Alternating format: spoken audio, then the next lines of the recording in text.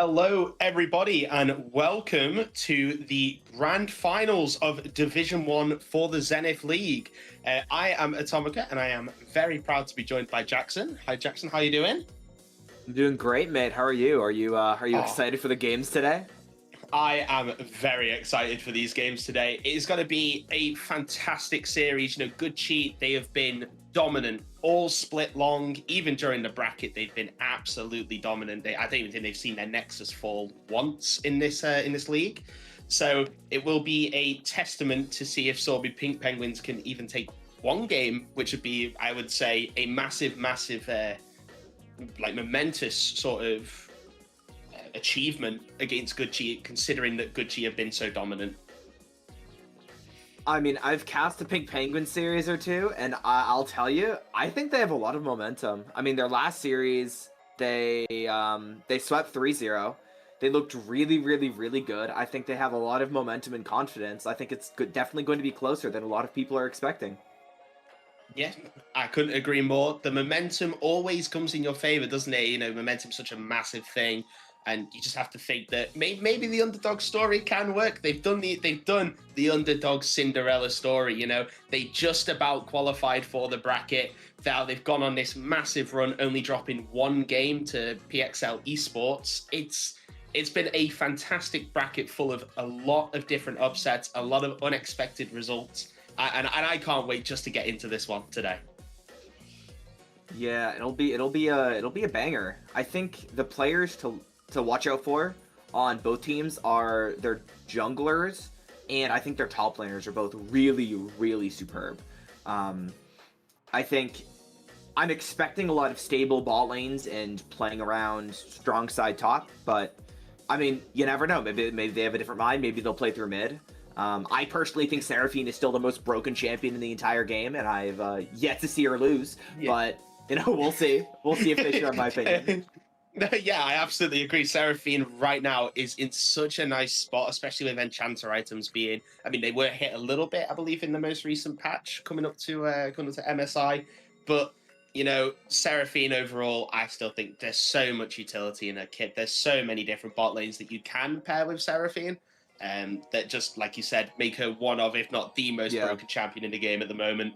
And like you said, I would be very surprised, like you said, if we're not seeing a lot of jungle match, like sort of this mid jungle 2v2 being a pivotal matchup to see how this series falls, really. But other than that, is there any other champions that you're expecting to see other than the Seraphine?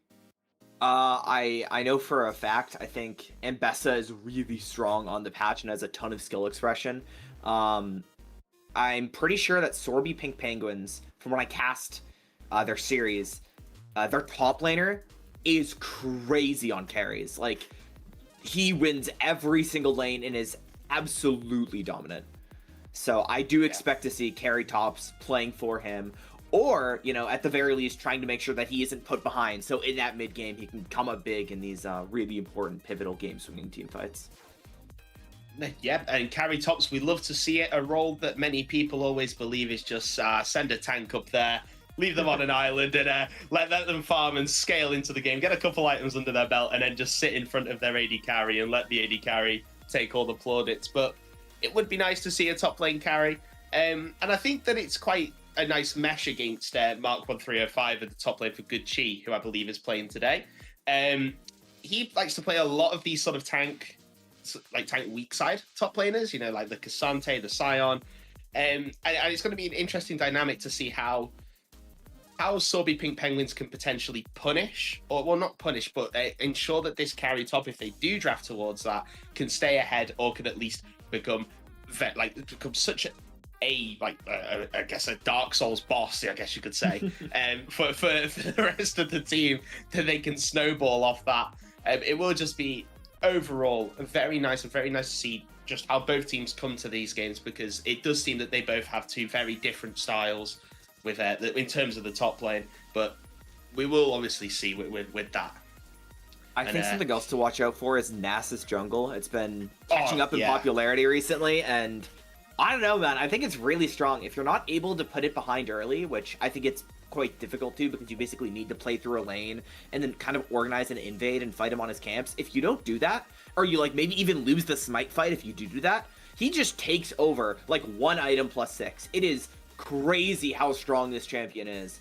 And you don't, it's also like easy to execute as well. That's the thing. I like champs that are strong and easy to execute, because then the burden is on the opponent to outplay you, and that makes your game so much easier. Yeah, absolutely agree. Nasus jungle, I've been seeing it a lot more in my solo queue games ever since Skewmond whipped it out in the LEC Grand Finals and decided to unleash the dog on on KC. Yeah. But honestly, like you said, such an easy to execute champion, and also just an easy to play, easy to just understand what his kit does, even if you've never played Nasus jungle before. And it's something that as you get deeper into the game, where there's sort of more top tier junglers that can very easily just walk in, invade, 1v1 the Nasus. As they start getting eliminated from the pool of Fearless, that's when you can start looking at that. And Wither is such a silly ability. I do not like it. It's so silly. It slows, attack speed slows, and then you're probably building Frozen Heart as well. So on top of that, you then got that item attack speed slow. You just can't auto attack whatsoever. It's crazy strong, and I think it's like probably one of the most underrated champs in League. Although, we'll see. Maybe we'll see it get whipped out. Something else to note is I think Lee Sin is still really strong and a very good answer into stuff like Jarvan. So I know that a lot of these mid laners like their mobile mages, and when you have a mobile mages, Jarvan shoots up at prio, and when Jarvan shoots up at prio, Lee Sin shoots up in prio. So we'll see if that's banned. We'll see how they want to handle that. Yeah, absolutely. And I think that there will be a very specific champion that I don't think hasn't really been seen much in Rek'Sai. May get banned if we are looking more towards the side of like the Lee Sin. And I think it's going to be interesting to see how these teams opt to draft, as we are into draft already, and all the bans have gone through. They have absolutely flown through these bans. So Sorby Pink Penguins have decided to ban Jace, Nocturne, and Ashe, with Good Chi banning Neferi, Gangplank, and Gnar with a Pantheon first pick. Pantheon B1, I imagine it's going jungle. Very, very standard jungler. It's very scary in side lanes. It makes it quite, hard to play aggressive top laners. Or it can also help facilitate aggressive top laners. If you're playing something immobile like Rumble up in the top side, it can be very, very terrifying if you have Pantheon threat. And it's going to be the Wukong response. I think we've seen this a ton. Wukong is a very, very standard kind of scaling jungler, much more effective in team fights than Pantheon, but Pantheon has a much easier time affecting side lanes. Yeah, absolutely agree. I think the Wukong Pantheon matchup is something that we've seen probably a dozen times now, whether you're watching LEC, LCK, whatever pro league you decide to watch. Wukong Pantheon is just a very generic matchup. They both can have, I would say, similar clear speeds, especially as you start getting items underneath themselves. I think Pantheon's just that little bit quicker. As Varus, a very versatile pick, obviously can go lethality or on hit. So locking in the Varus alongside the Wukong, it's a very strong, engaged, team fight orientated threat coming out from Good Chi. Varus with the long range ultimate, and Wukong with the Cyclone as well. It's going to be very much on Good Chi's terms that they want to engage her. And it looks like it's going to be the Orianna from Pink Penguins, which I like a lot as it's a denial pick.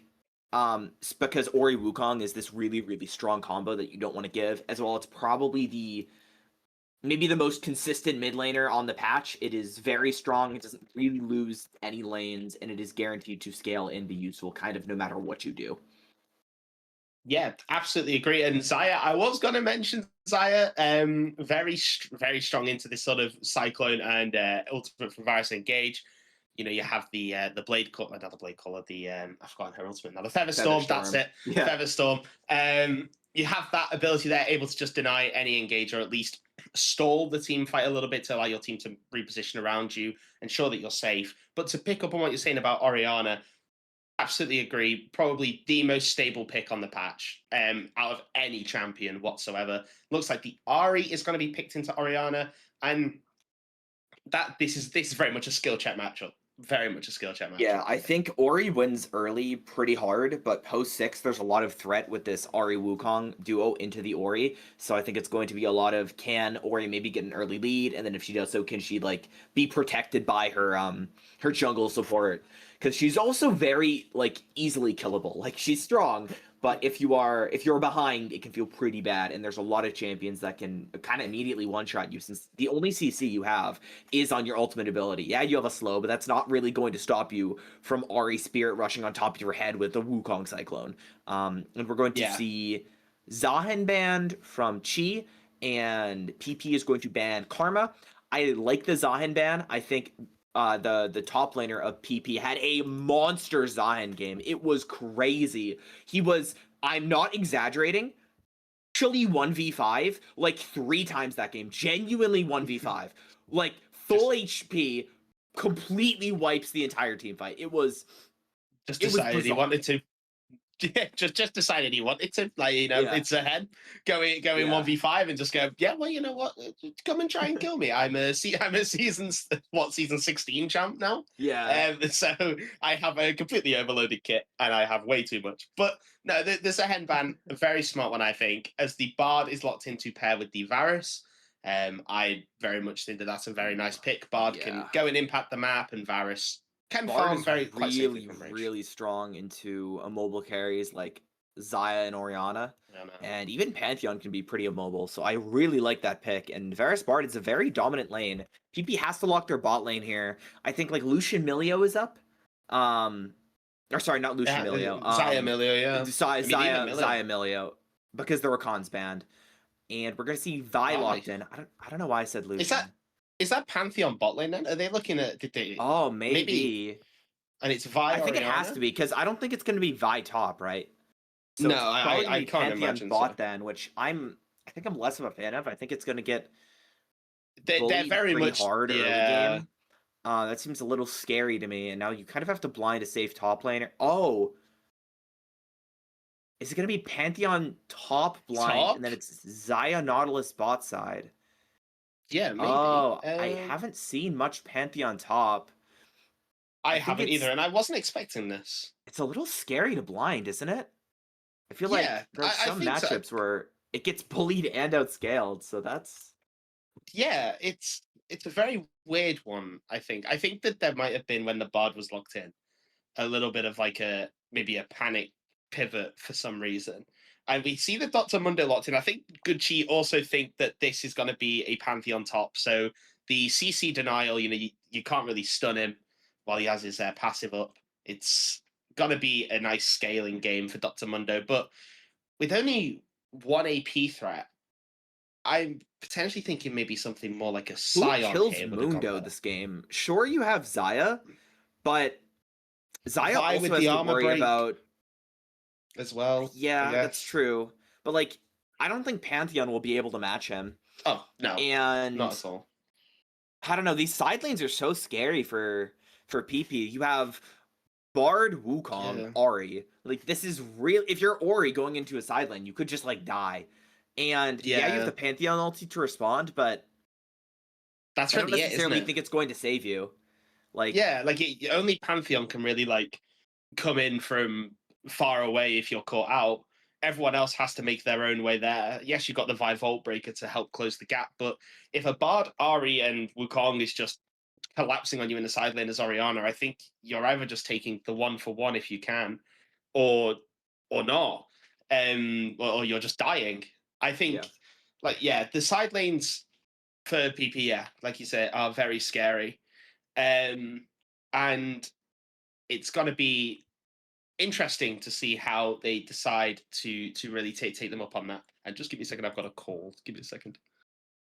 I think the benefit to PP's comp is that their dive is really, really oppressive. Like, if you can get a Pantheon Orianna combo or a Vi Orianna combo on Ahri or Varus, they're just going to explode immediately. Like, if Vi Qs onto Ahri's face, she is going to die. The comp of Chi, with the exception of the Mundo, is really, really squishy. On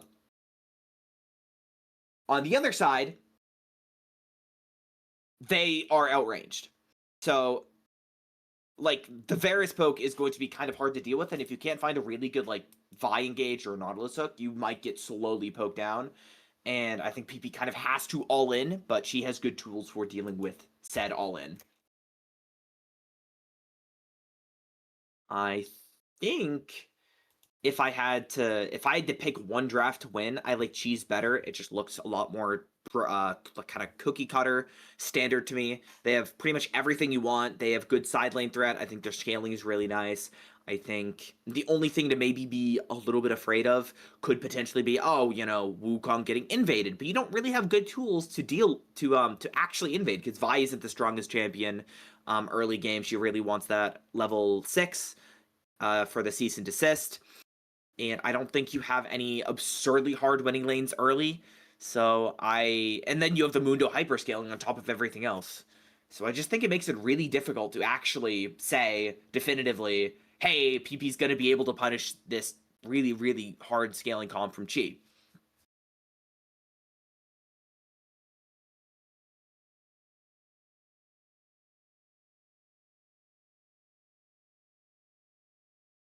And I think we're going to hop to a short break.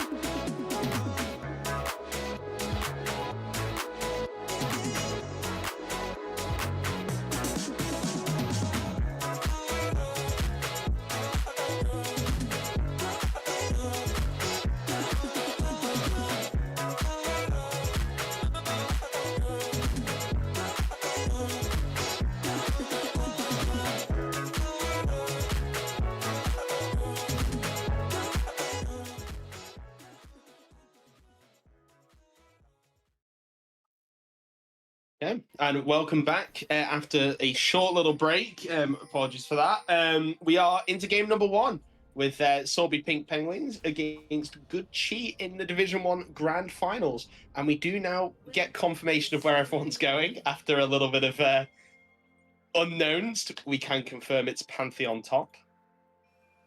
And yeah, it's got to be interesting, that matchup. Like you said, I think it's just how do they kill the Mundo as soon as you hit 6? Yeah. I mean, he just presses R and runs away. But we'll see, because the game could be something else, as we see already the first ward go down and taken by Good Chi. I think it's a little interesting. Both junglers are going to path towards bot side, so both top laners are going to kind of be on this island. I'm a little concerned because I feel like you might want to punish this Mundo early game. Like, Pantheon is really, really strong. He has Ignite, and your Wukong's just going bot side and kind of leaving you on an island. But on the flip side, and granted they don't know this, Vi's also not pathing towards him to punish him. Like, I feel like if I was Pink Penguins, I'd really want to have my Vi pathing towards top side, and maybe I will be mistaken and they're going to, 3-camp gang top, but I think it's maybe a little bit of a wasted opportunity because this Mundo is going to be really hard to deal with if he isn't behind. Yeah, no, I absolutely agree. And I was honestly thinking the same. I thought the Vi would have started on the Wolves, as we're seeing a long exchange here in the mid lane. Orianna will win those any day of the week with those extra AP on the auto attacks as they stack up with Baby Yoda and Dahl. Exchanging 1 potion each, so it's an even trade for both mid laners, using up the resources, just auto attack, so no real mana costs used either. As we see the bot lane for Good Chi pushing in. Yeah, I don't think either of these junglers are going to look for an early game mid. Vi has a quite difficult time ganking early, ganking RE pre-6, and Wukong is just a power farm till 6 jungler, so I think a lot of the damage is kind of fake. I think both mid laners are just going to recall. There's not really a lot of kill pressure unless somebody severely messes up, as this is kind of what I was talking about. Like, Mundo's getting poked down pretty heavily, and I would have loved if Vi would take an early visit to take him out of the game, because I think you definitely have kill threat here. Pantheon has Ignite, he has like a lot of pressure in this lane, and it's maybe a little bit of a missed opportunity. And yeah, there's just some trades going down mid lane. Nothing crazy. A lot of trades, and Pantheon does manage to get the passive, does take a tower shot for that removal of the Dr. Mundo passive, but yeah, and both pots now used on both mid laners, so mid lane becomes potentially a little bit of a more enticing target for Splef and Delassen, respectively, as we see a trade of the Scuttle Crabs coming in. Vi is going to take the top side with Wukong, looking for the double scuttle, but I don't think he's got to find much luck. No, he doesn't have enough time to get it. No, yeah, it's gone straight over to the Sorby Pink Penguins, and both junglers quite just doing their full clear, just taking their first full clear as Wukong goes back to Raptors rather than taking the recall to deny any potential invade. Ooh, nice. The charm does actually land. Yeah. Yes, Ari. Ooh, Ari is very low now. Potential for Baby Yoda to go just the level TP back, I think. Yeah. Kind of a nice little lane lead, though. Yeah, I absolutely agree. I mean, this Ari, not to be messed with, not to be expected, actually, the early lane lead that Ori is giving up to Ari. That is going to get so confusing. Ori. Ori. Yeah, Wukong's actually looking top here onto the Pantheon that's playing quite aggressively. I don't know if he wants to go for it, though. It looks like he is going to. He does.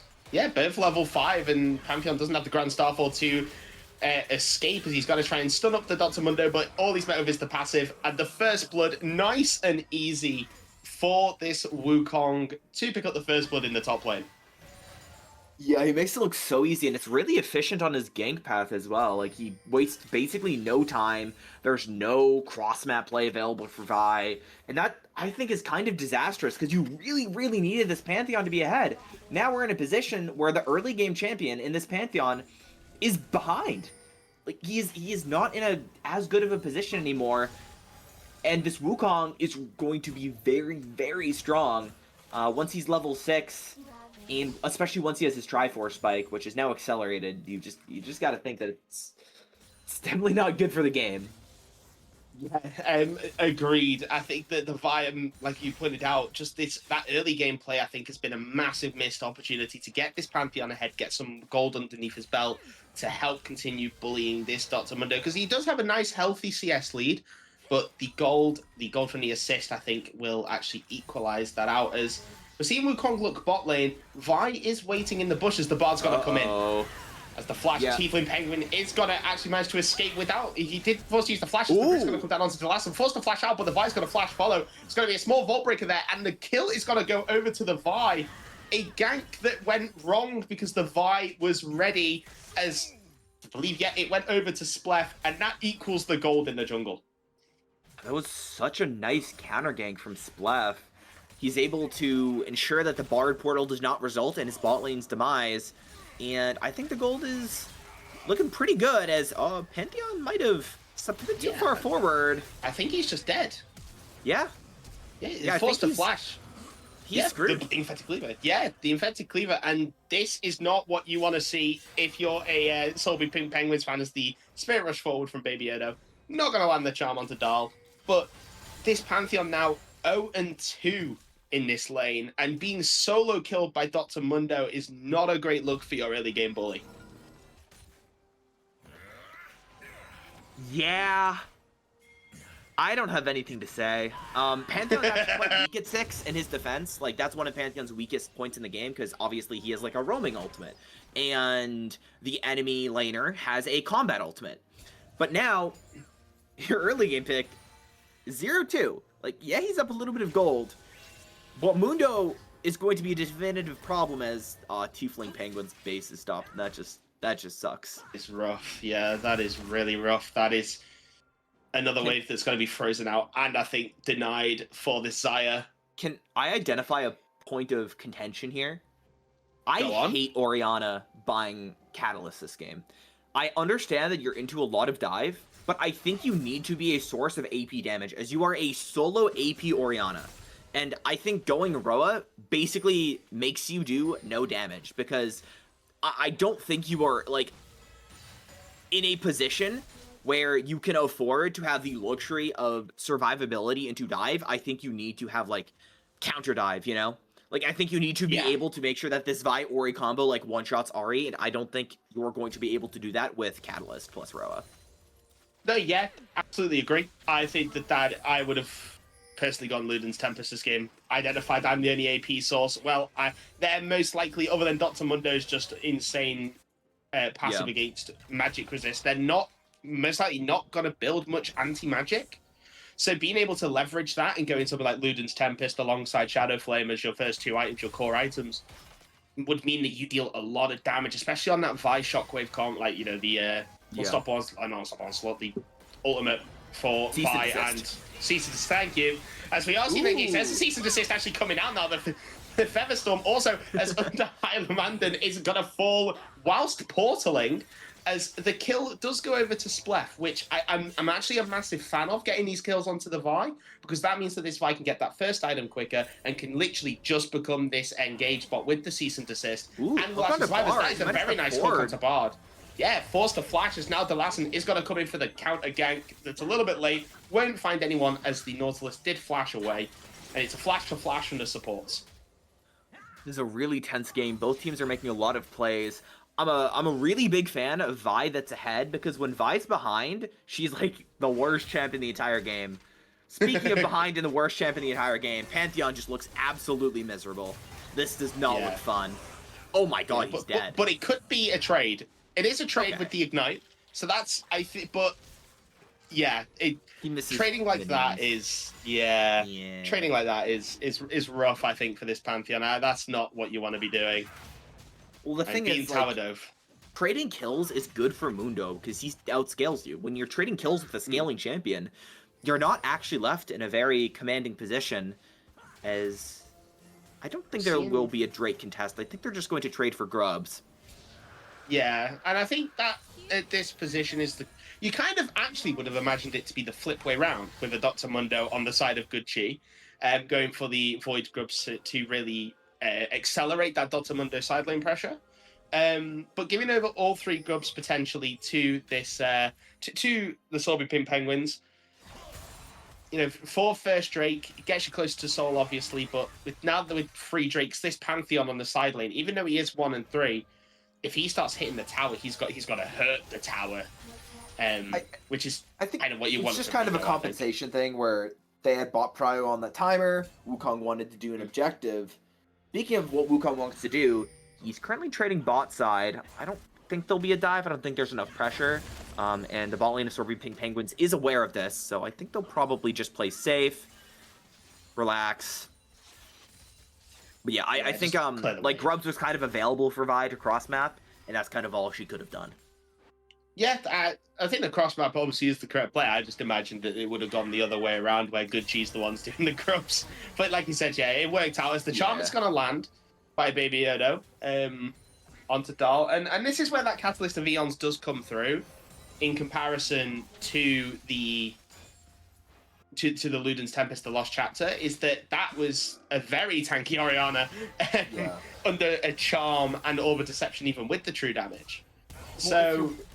As the Hex Flash comes in from the support on Nautilus there, as Baby Yodo is gonna take the I don't think I've seen Ori Shockwave once, and I would really like to see her Shockwave for lane control, maybe to prevent Ahri from moving.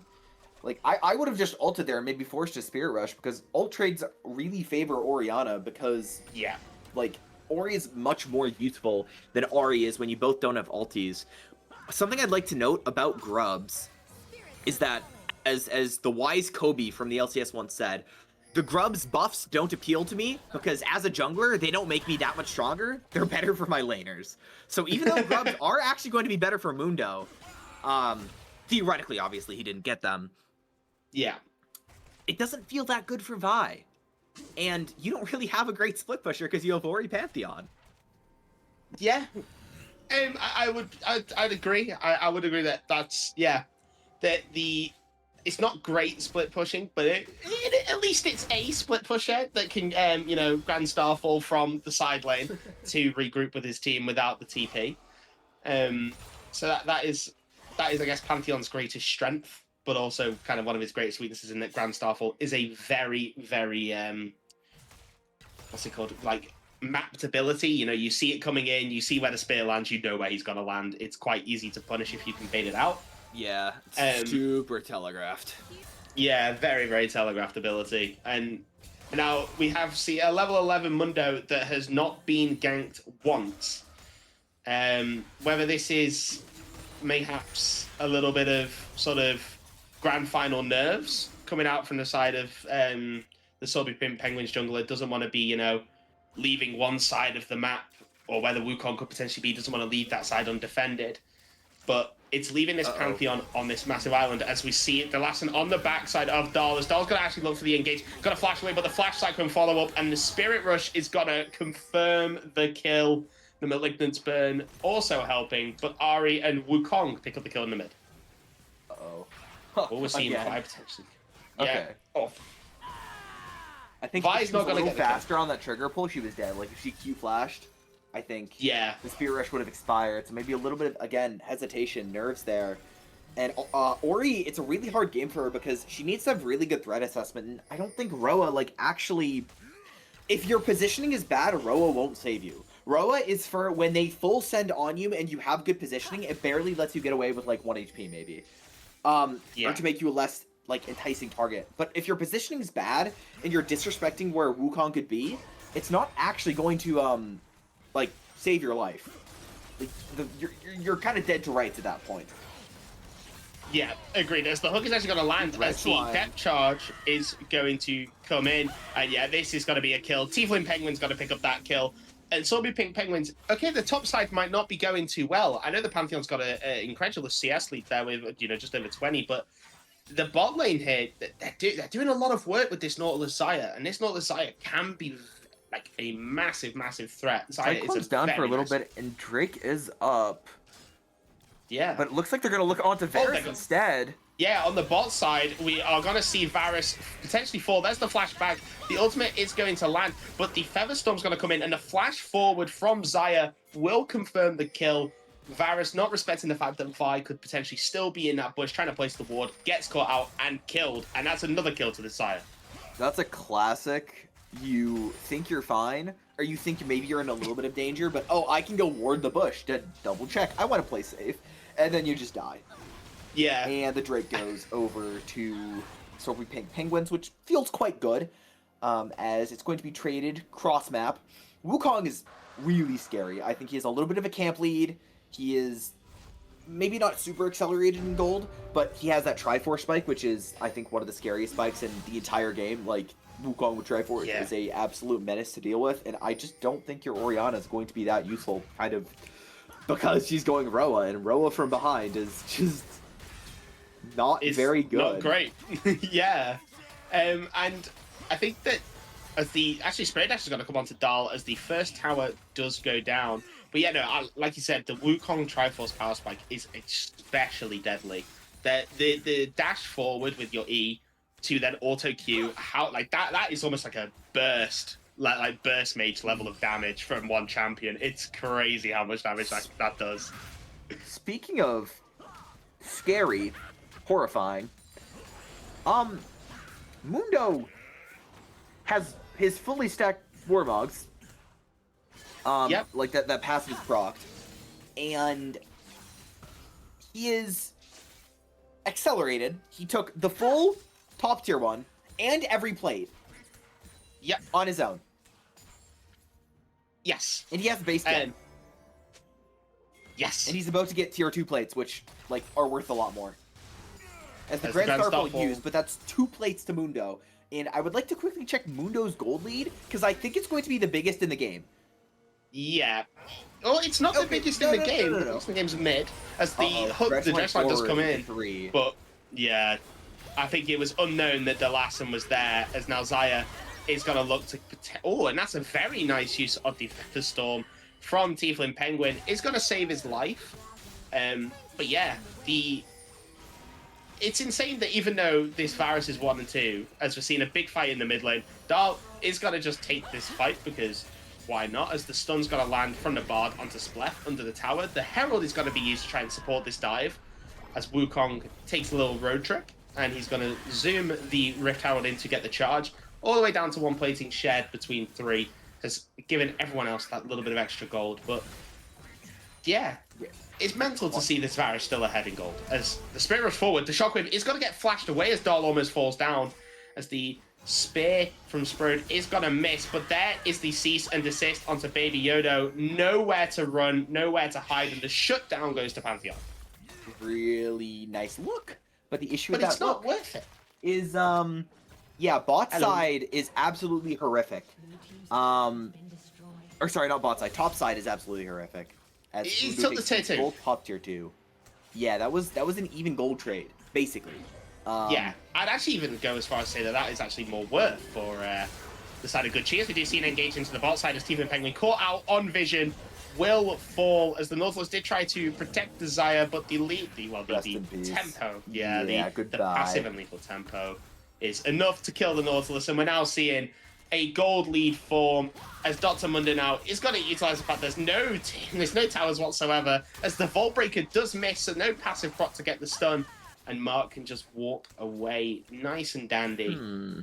And this is now the pressure. This is the problem, like you were describing, with Dr. Mundo not being particularly, not being particularly looked at by the Vi. Yeah. I don't really like how this Orianna's being played. The first Shockwave I've seen was a whiff. You should really be Shockwaving on, like, repeat to chunk Ahri. Like, once she comes back to lane, like, off of a reset, you just ulti to chunk her. And especially if you can get the wave too, because it makes your life a lot easier, especially if you can force a Spirit Rush. Like, it is very favorable to you, so I don't really like how Ahri is holding Shockwave.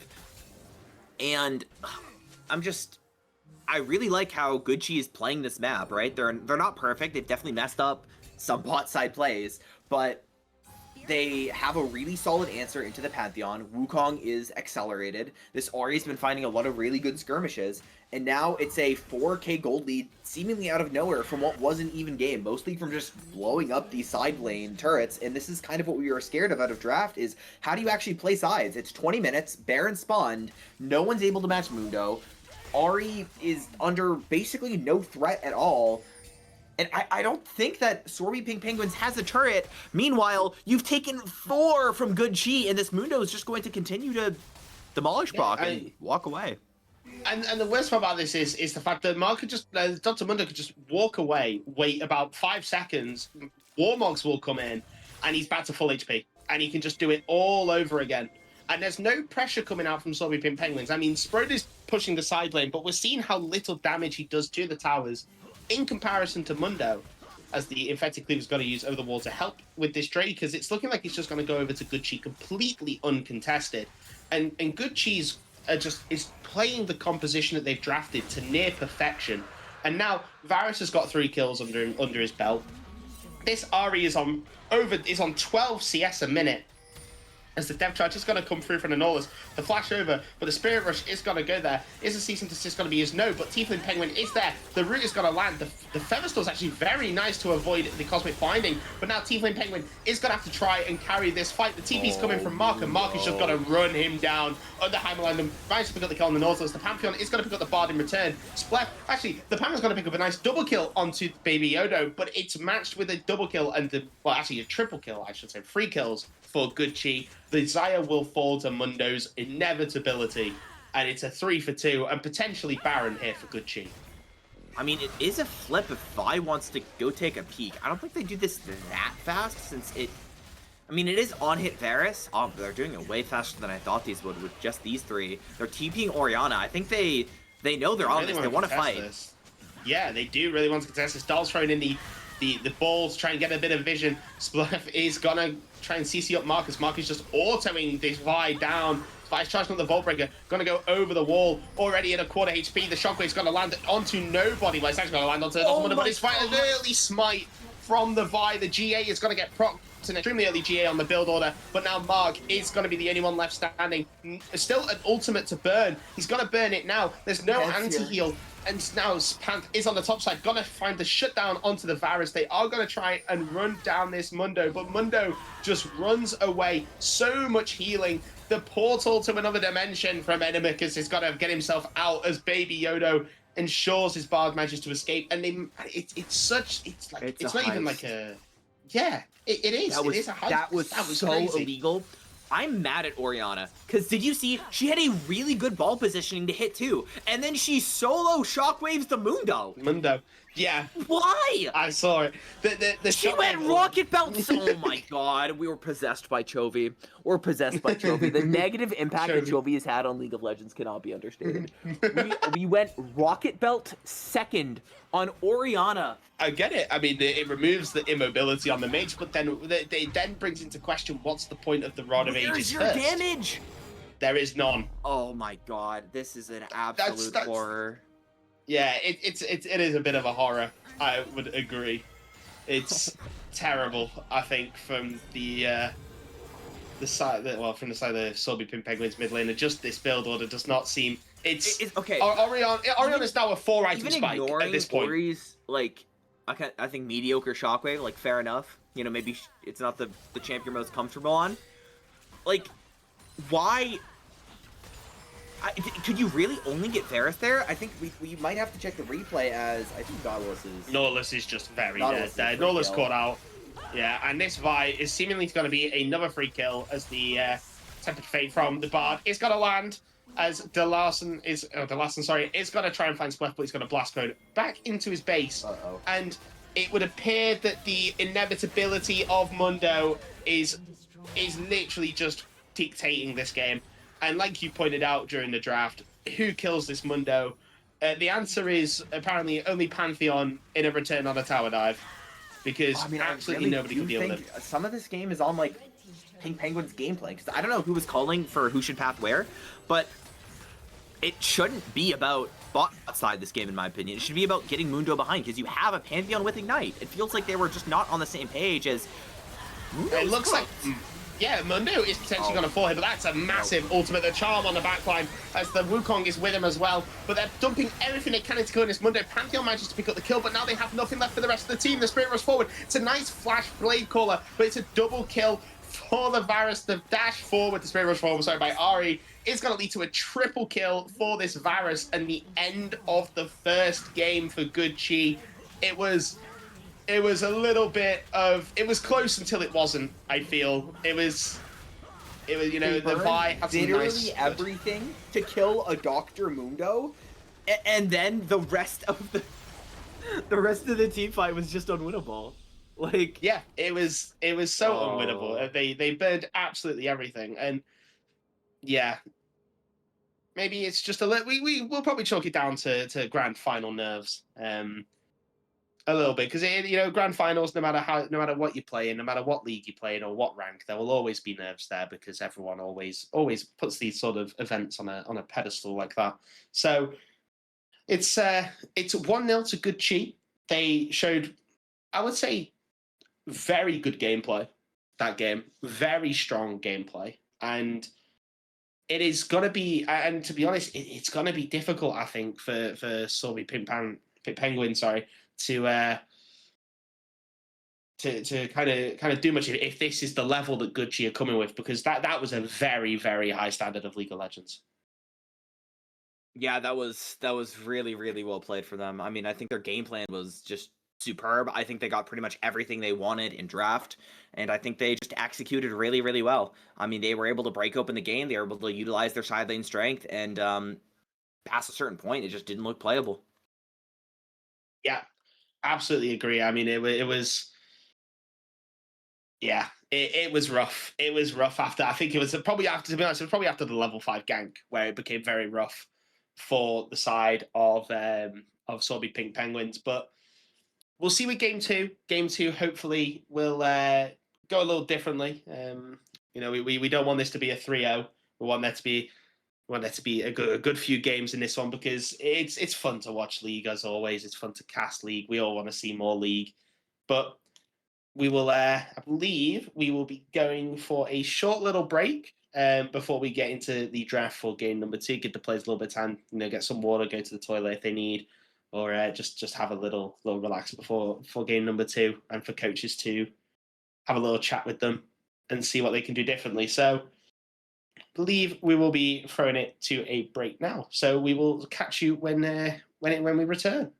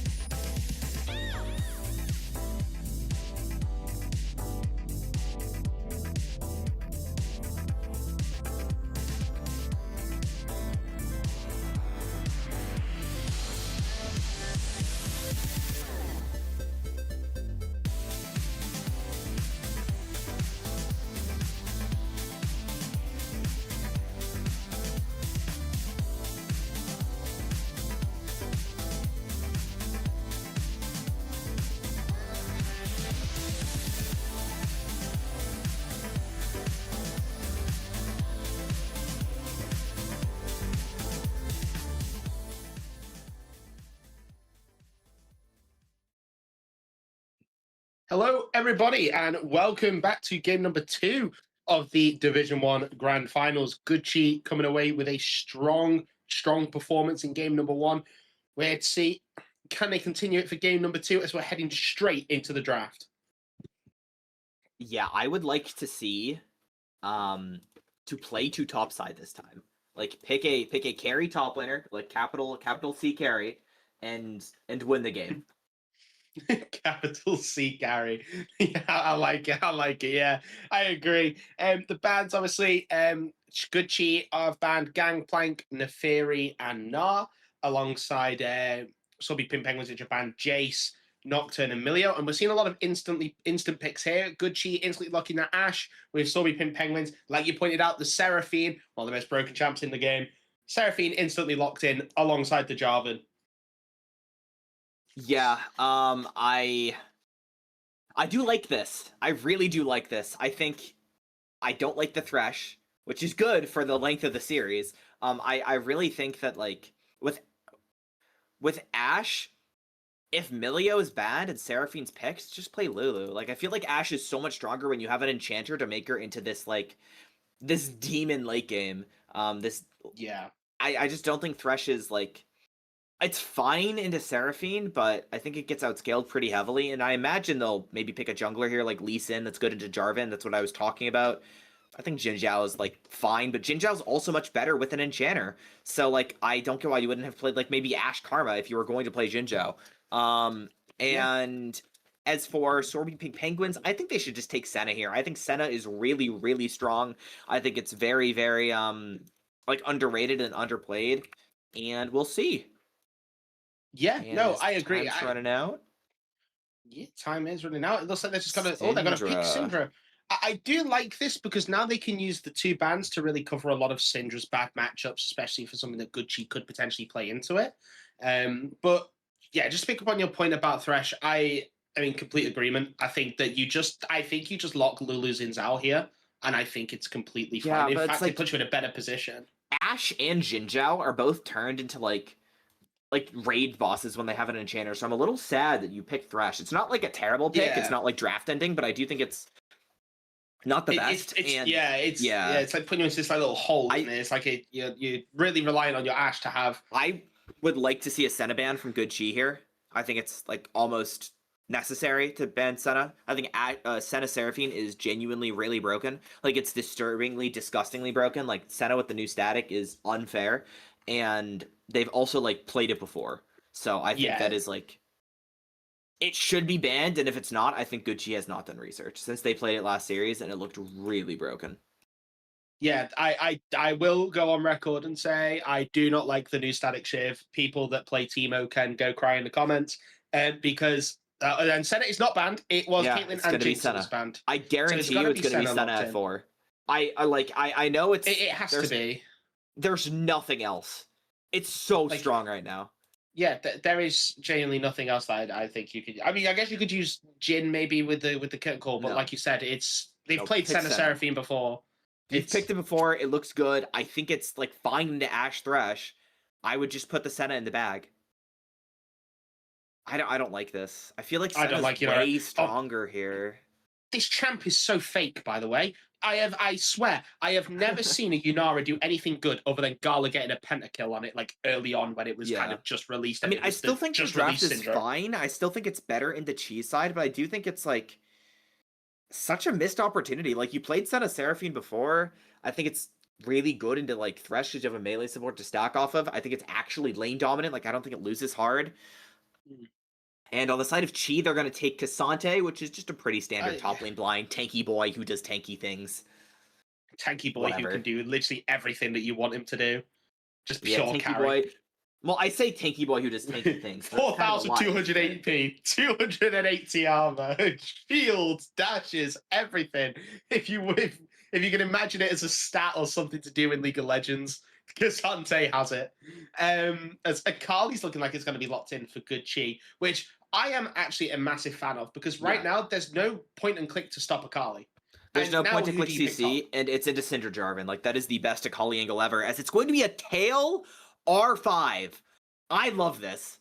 I think it's really scary in pro play because you could get like Dove on repeat, but it's a hyper scaling champion. And if your top laner is your best player and you want him on something that can like carry the game, Yeah. I mean, Kale's I gonna mean, do that.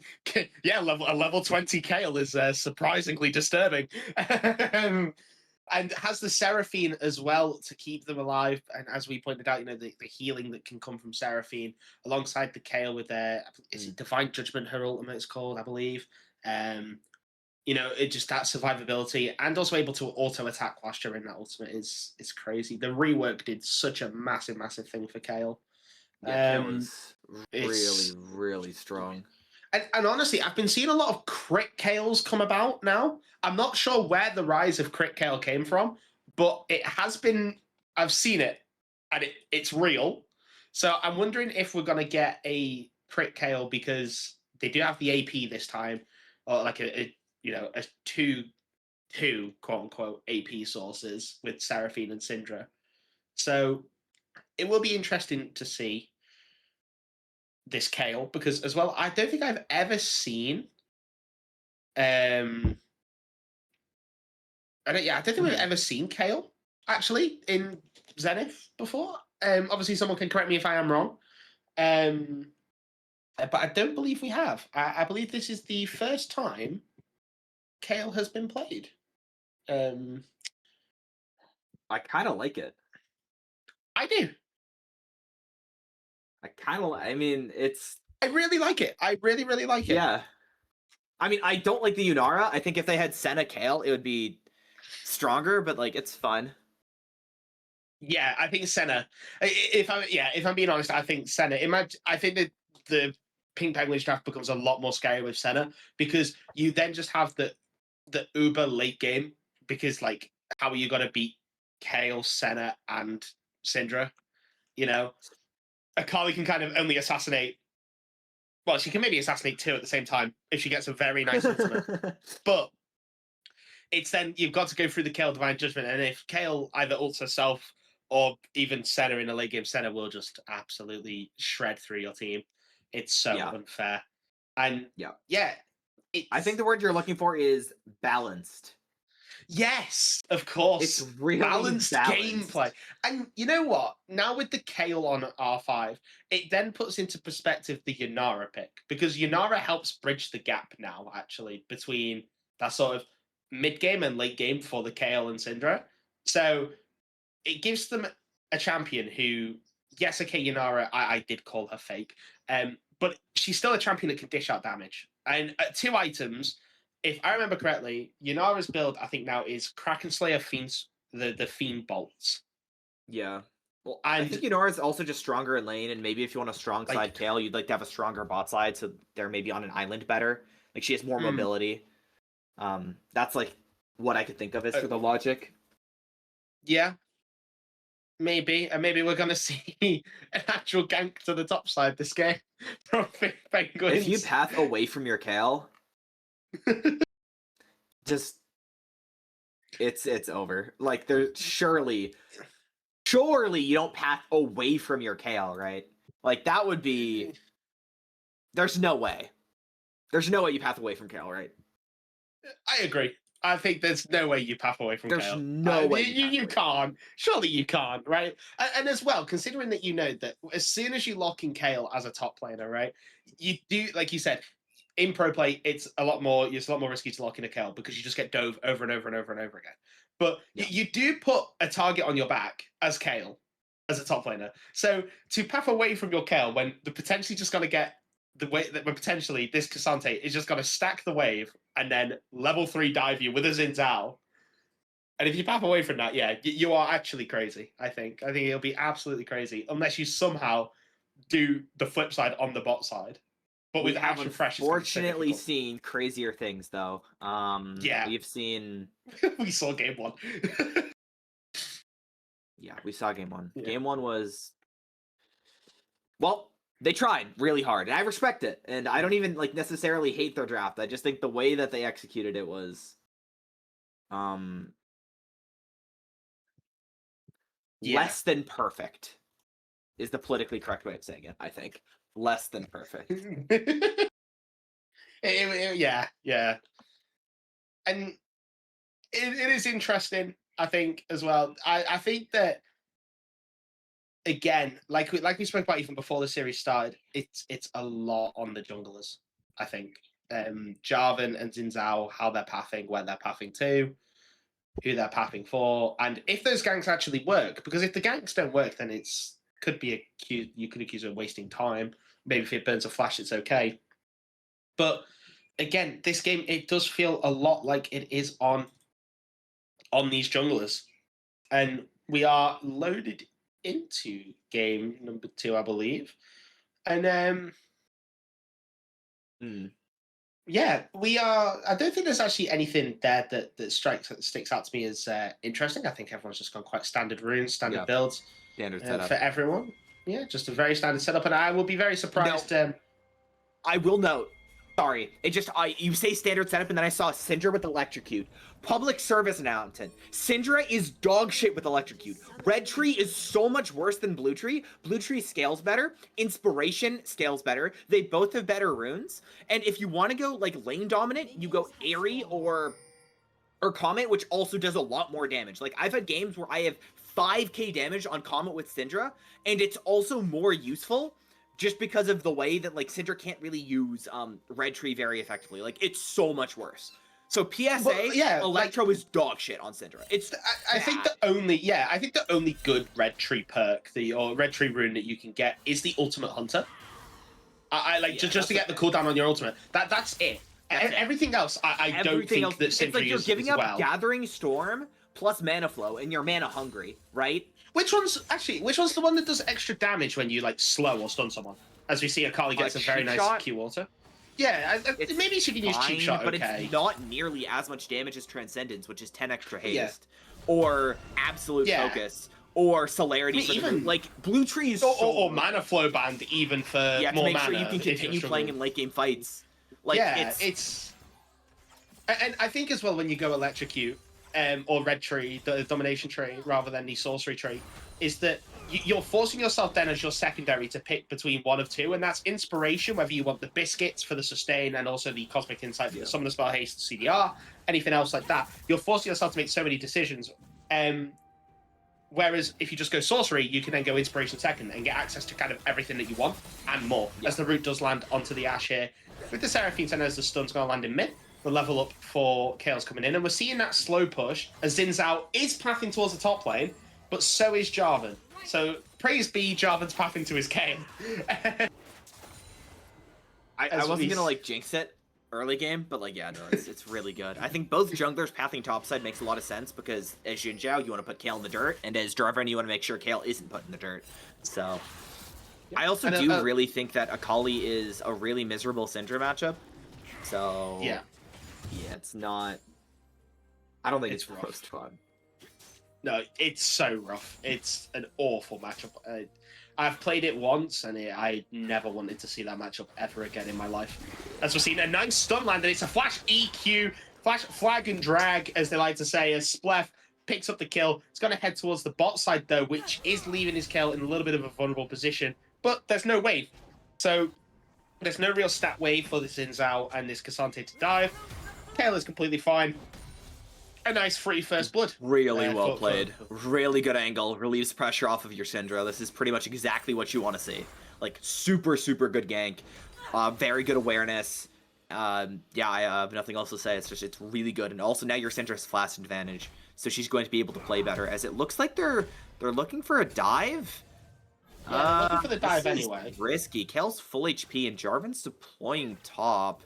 Like, I'm not sure you can do this. No, they can't. So Xin Zhao has moved on to the Krugs. Is going to steal those away from Jarvan as the Flag Drag's going to come in. Both level 4. Kaele can't really move. Does want the XP from the wave that is stacking up as Splef and Delassen end up just trading a little bit of health. It's an equal trade as that Tunneler. Oh, there's a kill bot side. Oh, there is a kill bot side, actually. I don't know what happened there with the Seraphine.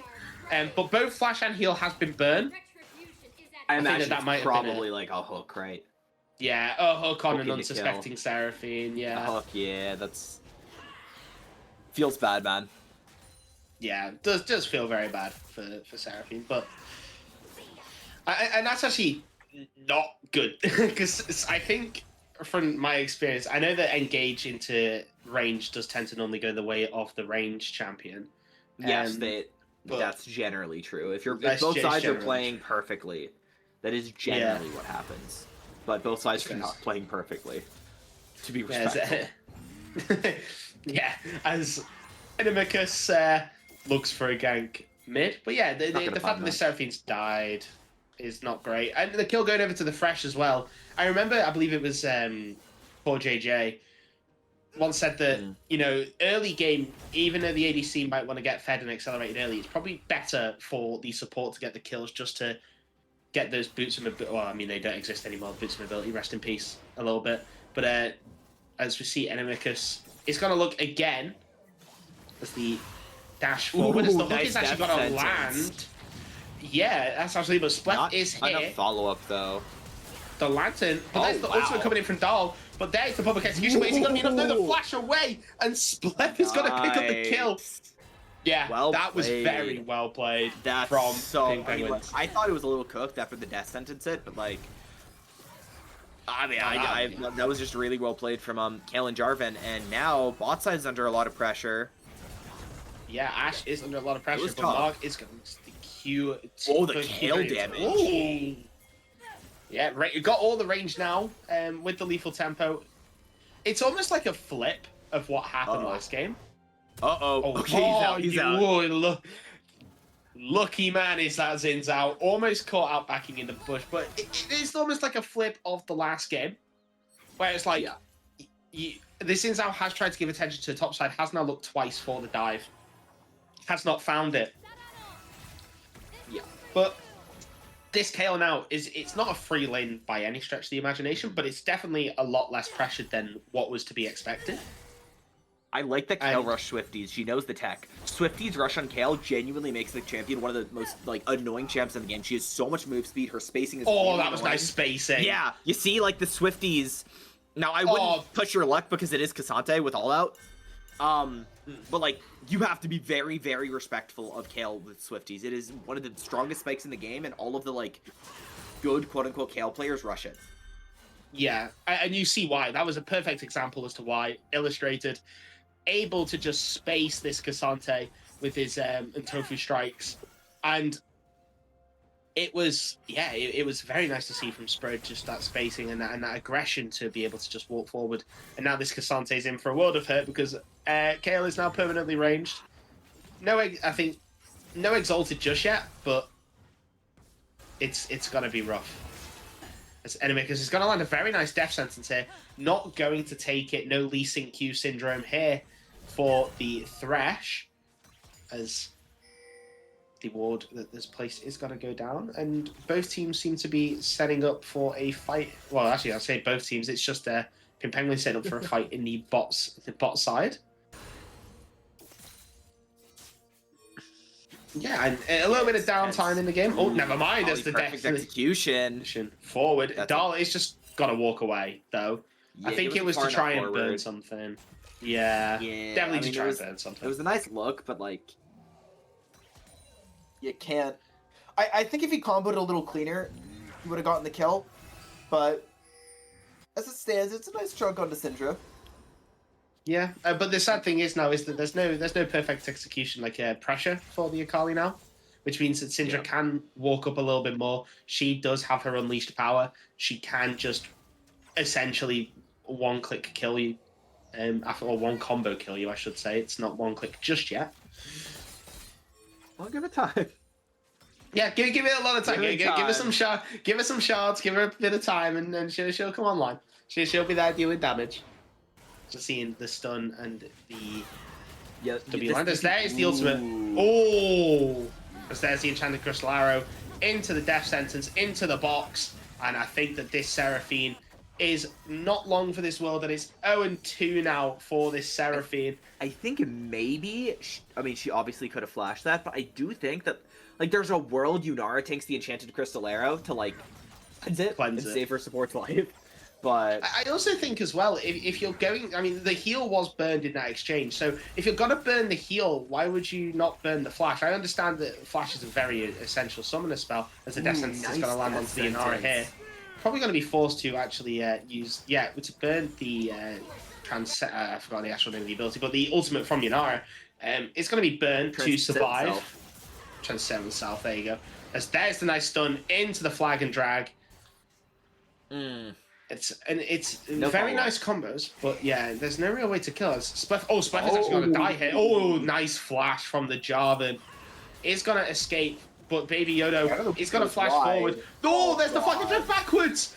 Oh my god, I thought that perfect execution killed. But this Akali's over in the flash wind. Oh my god, the flash lightning. Oh my god, it's actually just over. The Zin's out, flash forward. Just base. Syndra, just base. You can TP back. Just leave. Why are you? There's the stun. Is there a flag and drag? There's the slow. I'm not sure. There's no level 6 on the Seraphine, but there is the Cataclysm, but there is the healing. It's so silly. No enchanter items, by the way, but can still heal you for about half your HP. And the Zinzal falls. And yeah. It is crazy. And it's this mid jungle. It's working a lot better than game number 1, I'd say. Yeah, game 1 was not amazing, but they're back on their feet. They're looking good. They have a solid 800 gold lead, but notably they have Kale Syndra. Like, that is a very good late game. A lot of late game. Yeah. Like, probably too much late game. This Syndra's already got the Luden's Tempest, which Dahl may be listening into the stream because there's no Rod of Ages here anymore. It's straight into Luden's Tempest with the Dark Seal stacking up. This Syndra already is a big problem for Good Chi, as the next objective is spawning in 30 seconds. It is the Drake. Zinzao is pathing towards there with Jarvan on a base. And yeah, this Ashe is not got the first item yet, so if this Syndra can get pressure mid, which I assume she can with the Luden's Tempest and the extra little damage it does around them, or around the minions when she uses her Q, the spheres, it's this Syndra's going to be a bit of a problem in this fight. Yeah, I think a little bit more than a bit of a problem. Syndra's going to be really scary to play against. Just can't walk up as Ashe. You're going to have to pray that your Thresh can do something, as we're just seeing Sprode absolutely unload on Mark 1305 with those auto attacks. But that Warden's Mail, before even confirming, actually the Death Sentence is going to land. There's the box, but it's a very nice encore. The Enchanted Crystal Arrow is going to get cleansed, but this Ashe is just on the backline, just completely and utterly fine. The dash away by Teal and Penguin is going to get a kill onto DeLarson, as Thresh is going to pick up Splef in the meantime. Baby Yoda and Dahl on their way down, but it's now a 3v2. A very nice Death Sentence onto the Seraphine to start that fight. Meant that the Encore had to be used in a bit of almost like a panicky way. Yeah, not the ideal fight. Scrappier fights like that are not like true front to backs where people are arriving late will really favor Chi, whereas like more traditional just 5v5 team fights definitely favor PP. As I think the good thing to note is that builds are a lot better this game. I like Kraken on Yunara as she's fine. I like Luden's. I prefer BFT, but Luden's is still definitely viable. There's a lot of really good Synders that go it, as Kale could just run away. Again, she is really fast. Yeah, she can, and with Zinzao being spotted in the top side, PP just decided that they want to go and grab the Drake, and it's going to be relatively, if any contest is going to happen, it will be a very minute one, maybe just a Death Sentence over the wall to try and find a plucky steal, but there will not be any as the smite comes through to deny that. And yeah, and I think a major key point at that fight as well was the fact that this Ashe was just left to absolutely free fire on the backline. It was ridiculous. Really, I mean, shout out to Thresh. I was kind of doubting the pick, but he's found some really good hooks as Jin Zhao inted for red. Yeah, caught out and killed. And that stun didn't look like it hit, but it did hit. from Syndra.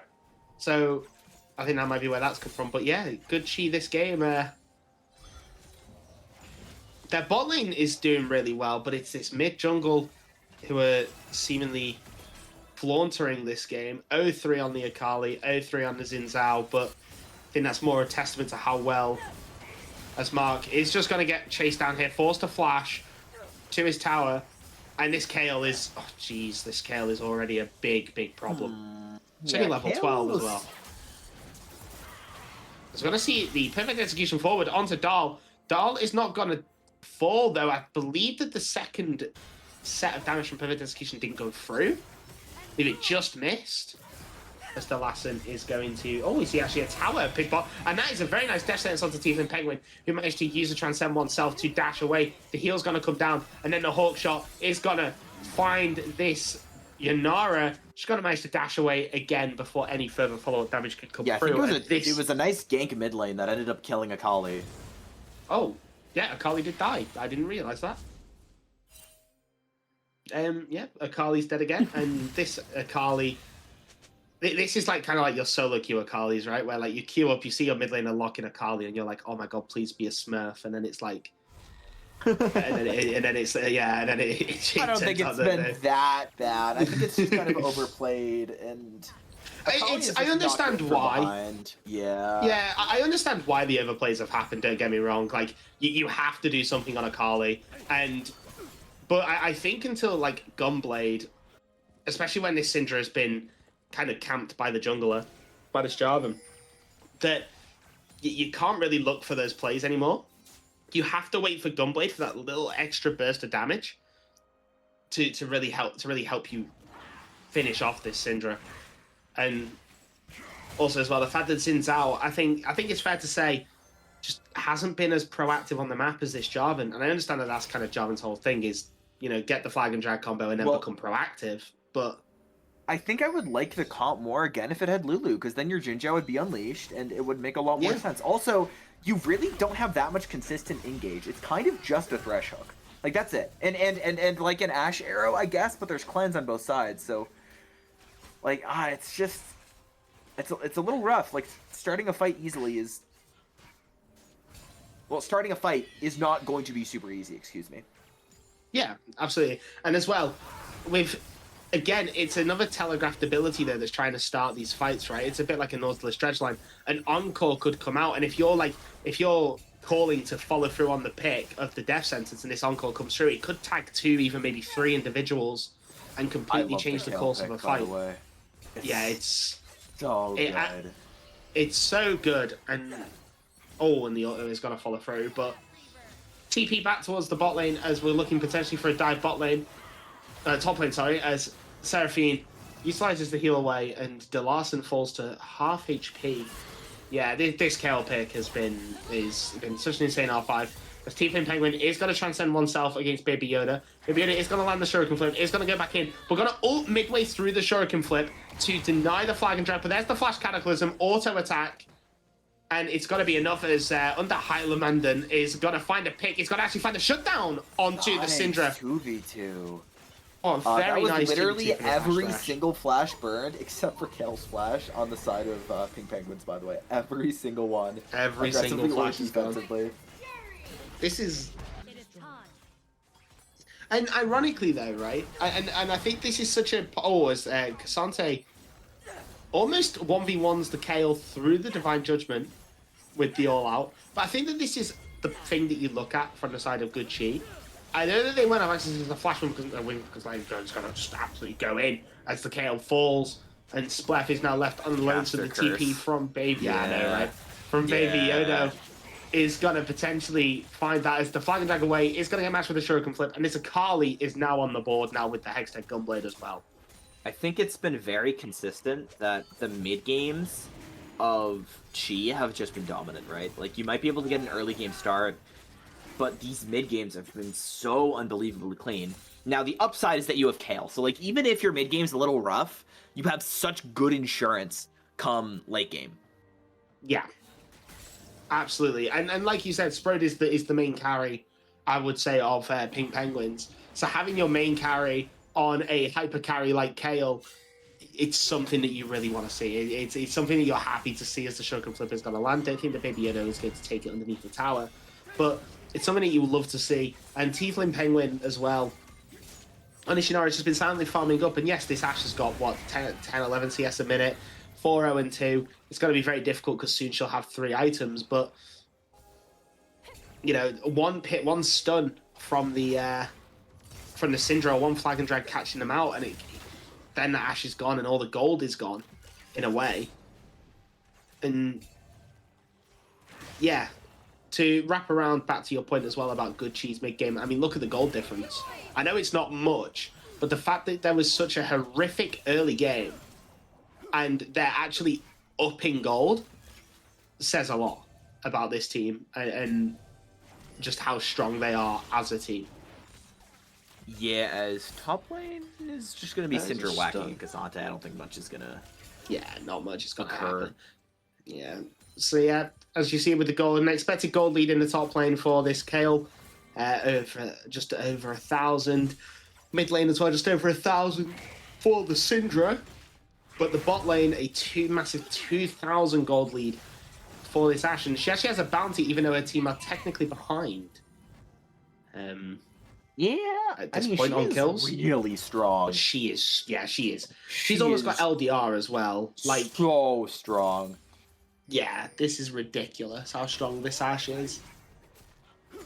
I mean, Kayle is 2 items herself, and a 2-item Kayle is almost level 15. I don't see the exact XP bar, but I believe she's almost level 15. She is, yeah, there we go. Almost level 15. Really strong, 2 full items, and all you need is like just 1 more item, and you're chilling. Yeah, absolutely. And the model reminder has come in. This Ashe is now 3 items at 21 minutes. This is a crazy game for this Ashe. And honestly, I wouldn't be surprised if, you know, the Heimerlin is just in his VC and he's just going, guys, don't worry about it. Just play around me, peel for me, and I will do the business this game, because this Ashe has been incredible. The positioning, the picks. Okay, a couple of enchanted crystal arrows have gone wayward, but you can't hit them all. We are only human.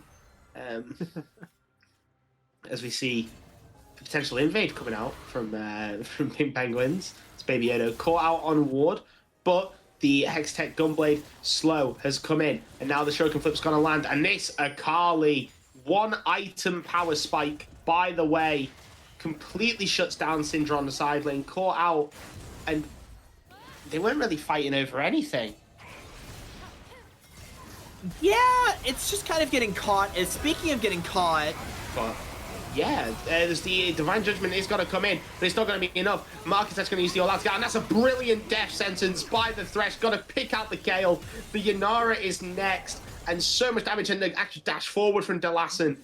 4 kills unanswered in the mid lane. It's an ace for Good Chi. That's and Baron. Now, yeah, that's Baron, and that is a significant tempo shift from the early game of this game. Dread it. And from it, Good Chi arrived all the same. There's a reason they haven't dropped a map. Their team fighting is so clean. They're so clutch, and it's so hard to do with this Ashe once she's ahead. Yeah, and yeah, it's just so rough. Ashe is one of those champions that I hate fighting. Syndra just falls again. Syndra just dies again. All that attention from the jungle and gets soloed twice by Baby Yoda. And you know what? I'm going to say that validates my point that Akali should have waited until the Gunblade spike. Because Gunblade is such a strong item. And getting 2 solo kills back to back is crazy. Now has a completed Shadow Flame. Probably eliminated the entire 1,000 gold lead that this Syndra had over the Akali. It is ridiculous how strong this Akali is now. I mean, you were up 4. I don't remember. You were up, like, I think it was like 1k gold with the scaling comp, feeling so good, and all of a sudden you blink, and every single lane except top lane is like ahead in gold. That's crazy to me. It's criminal is a word I would use to describe it. And the fact that Good Chi, just on a whim, because they have the engage tools on their own, you know, the Ashe Enchanted Crystal Arrow, I wouldn't be surprised if it was an Ashe Enchanted Crystal Arrow that engaged that fight but it was ridiculous. And now you see Zinzao's actually just pinging the Drake. He's going to do it all by himself to allow Good Chi to keep up the momentum in the mid lane with the Baron. Keep the siege going. Kale's going to get a tier 2, but that doesn't matter when you're going to get an inhibitor and break open the base. As Mark, oh, that's such a nice lantern. I mean, these death sentences have just been clean. There's not much else to say. I mean, like, it's just been... Well, okay, he's Kasada, he's fine. But it's just been too much... It hasn't been a single team fight that's blown up in the game. It's every single time Ashe is in a side lane, they've been playing around her, they've been protecting her, and they've just been feeding kills to her, to be frank, as Zhao is fine. Lantern, again. Like, they've just been...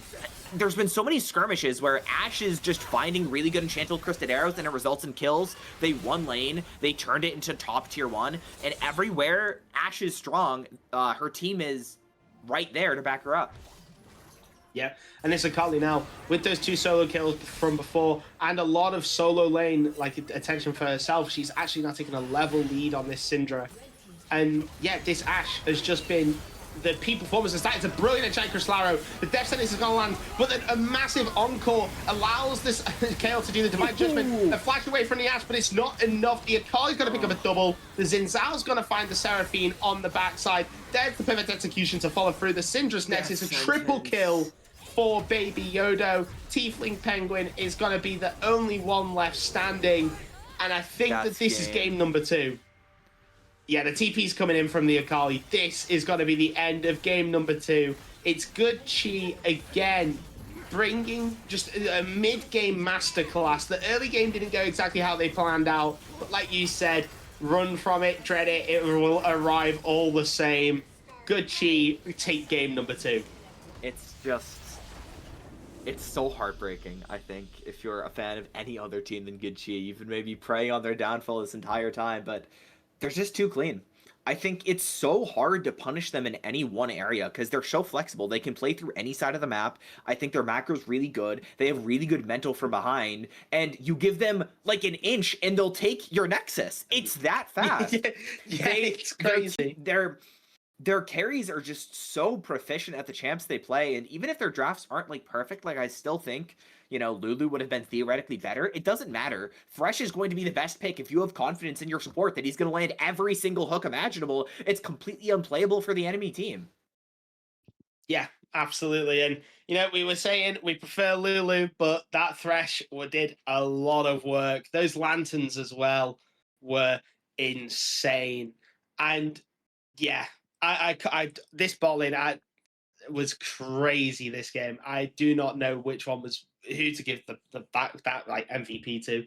I think it probably goes to the Ashe, but it probably goes to the Ashe just because it's like ADC, and like ADC is probably harder to execute because you have to play on that knife's edge, and if your support dies, who cares? If your ADC dies, it's like GG. So I think it has to be Ashe. Her Enchanted Crystal Arrows were really good, really late. That last one as well was really good. Found the Kale, it was crazy. Yeah, it was very, very nice engage.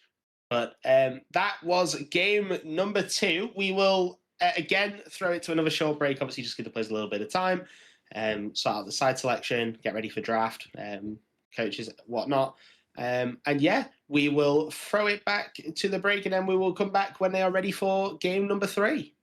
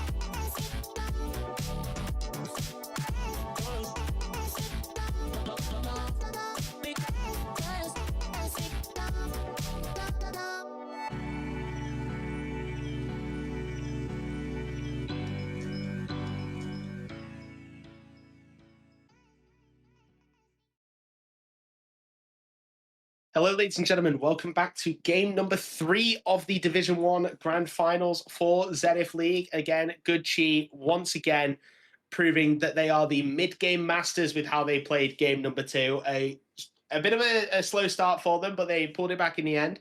We've gone straight into draft, and the teams already know what they're doing. All the bans have come through. Skarna's here, but I'm also joined by Hampy this time. Hello, Hampy. How are you doing? Hello, all good, all good. Thank you, Atomica. Yeah, it's a really exciting game. I mean, Good Chi are one game away from being champions of this split, really, for Division 1. So close to victory here, Atomica, in this Danish standoff between both teams. Good Chi definitely need to. I've got a big mountain to climb, I think I'd say. Oh no, it's the Pink Penguins that have got the mountain to climb. Good Chi, Sorry, one Pink game Penguins, away. Yeah. No worries. But you are correct though. Pink Penguins do have a big mountain to climb. They've experienced sort of both scenarios that you can kind of get from a early game, which is that they were slightly behind in one of them. Well, I'd say slightly. They were behind in one of them, then they were ahead in one of them. Maybe this game they'll go even, and we can see maybe if there's any difference. But even being ahead or behind, Good Chi arrived all the same in the mid game and took the victory. But Skarna locked in for Good Chi, setting out very kindly, very nicely already that they're looking for this strong engage in the jungle with a Jinx and a Lissandra used as answers into this Skarna. What do you think about that one, Happy? The Lissandra pick just kind of screams to me that Pink Penguin, they're clearly relatively afraid of that mid game, as you rightly so pointed out, Atomica. And, you know, especially going into something like a Kai'Sa, which they've now picked up. It's that lockdown tool that I think Pink Penguin's probably been craving a little bit, and sort of need that in order to kind of protect their carries and sort of create opportunities for themselves as well. I would maybe expect Good Chi to reply with something I was about to mention. A Galio would be quite beneficial here for them. Maybe Pink Penguins are kind of going to draft into a bit of a heavy CC comp here and try win these team fights. And it seems like Good Chi are obviously fantastic at playing around objectives, fantastic at kind of out-macroing Pink Penguins. And Pink Penguins are kind of needing to establish himself a little bit more in this mid-game, maybe start to win team fights where it matters and these little small skirmishes that are maybe 3v3s or 3v2s. And picking something like Lissandra kind of allows that, because that instant frost sort of prison kind of just creates so much more opportunity. So the Lissandra, relatively safe pick, especially for a mid lane, a blind pick, but I think a good one here. And speaking of CC comp, the Amumu gets locked in. Yeah, and I think that this is what's really nice about Pink Penguin's Lissandra pick, is that Lissandra's Frozen Tomb can be used as both an offensive ability and a defensive ability. You know, this Skarna, is trying to extol impact in, I believe you can stop him with the Frozen Tomb and even just your root. So the Amumu as well into Skarner can work wonders. He starts 6-star impacting, you just bandage toss straight into him, tank it, but he can't get the stun into the wall. It's a very nice counter pick, I think. But the Kaiser Galio is something that I want to touch upon. It's very obvious what Good Chi are going for here. They're wanting to dive, and dive again. And that's why that Lulu has been banned away. And Pink Penguins have identified this. They're banning Leona. And I wouldn't be surprised to see something like a Rel get banned here, just because of that synergy with the Kaiser. Because the Thresh is already gone. The Nautilus is gone as well. You're not really left with much. You've probably got Nico as your best option, really. Because I cannot think of anyone else. Maybe Alistair, actually. As Poppy's actually going to be banned. And Milio too. Yeah, I mean, look, there is the option of the Alice, as you pointed out. The Rel is available to pick as an option there. I mean, not necessarily.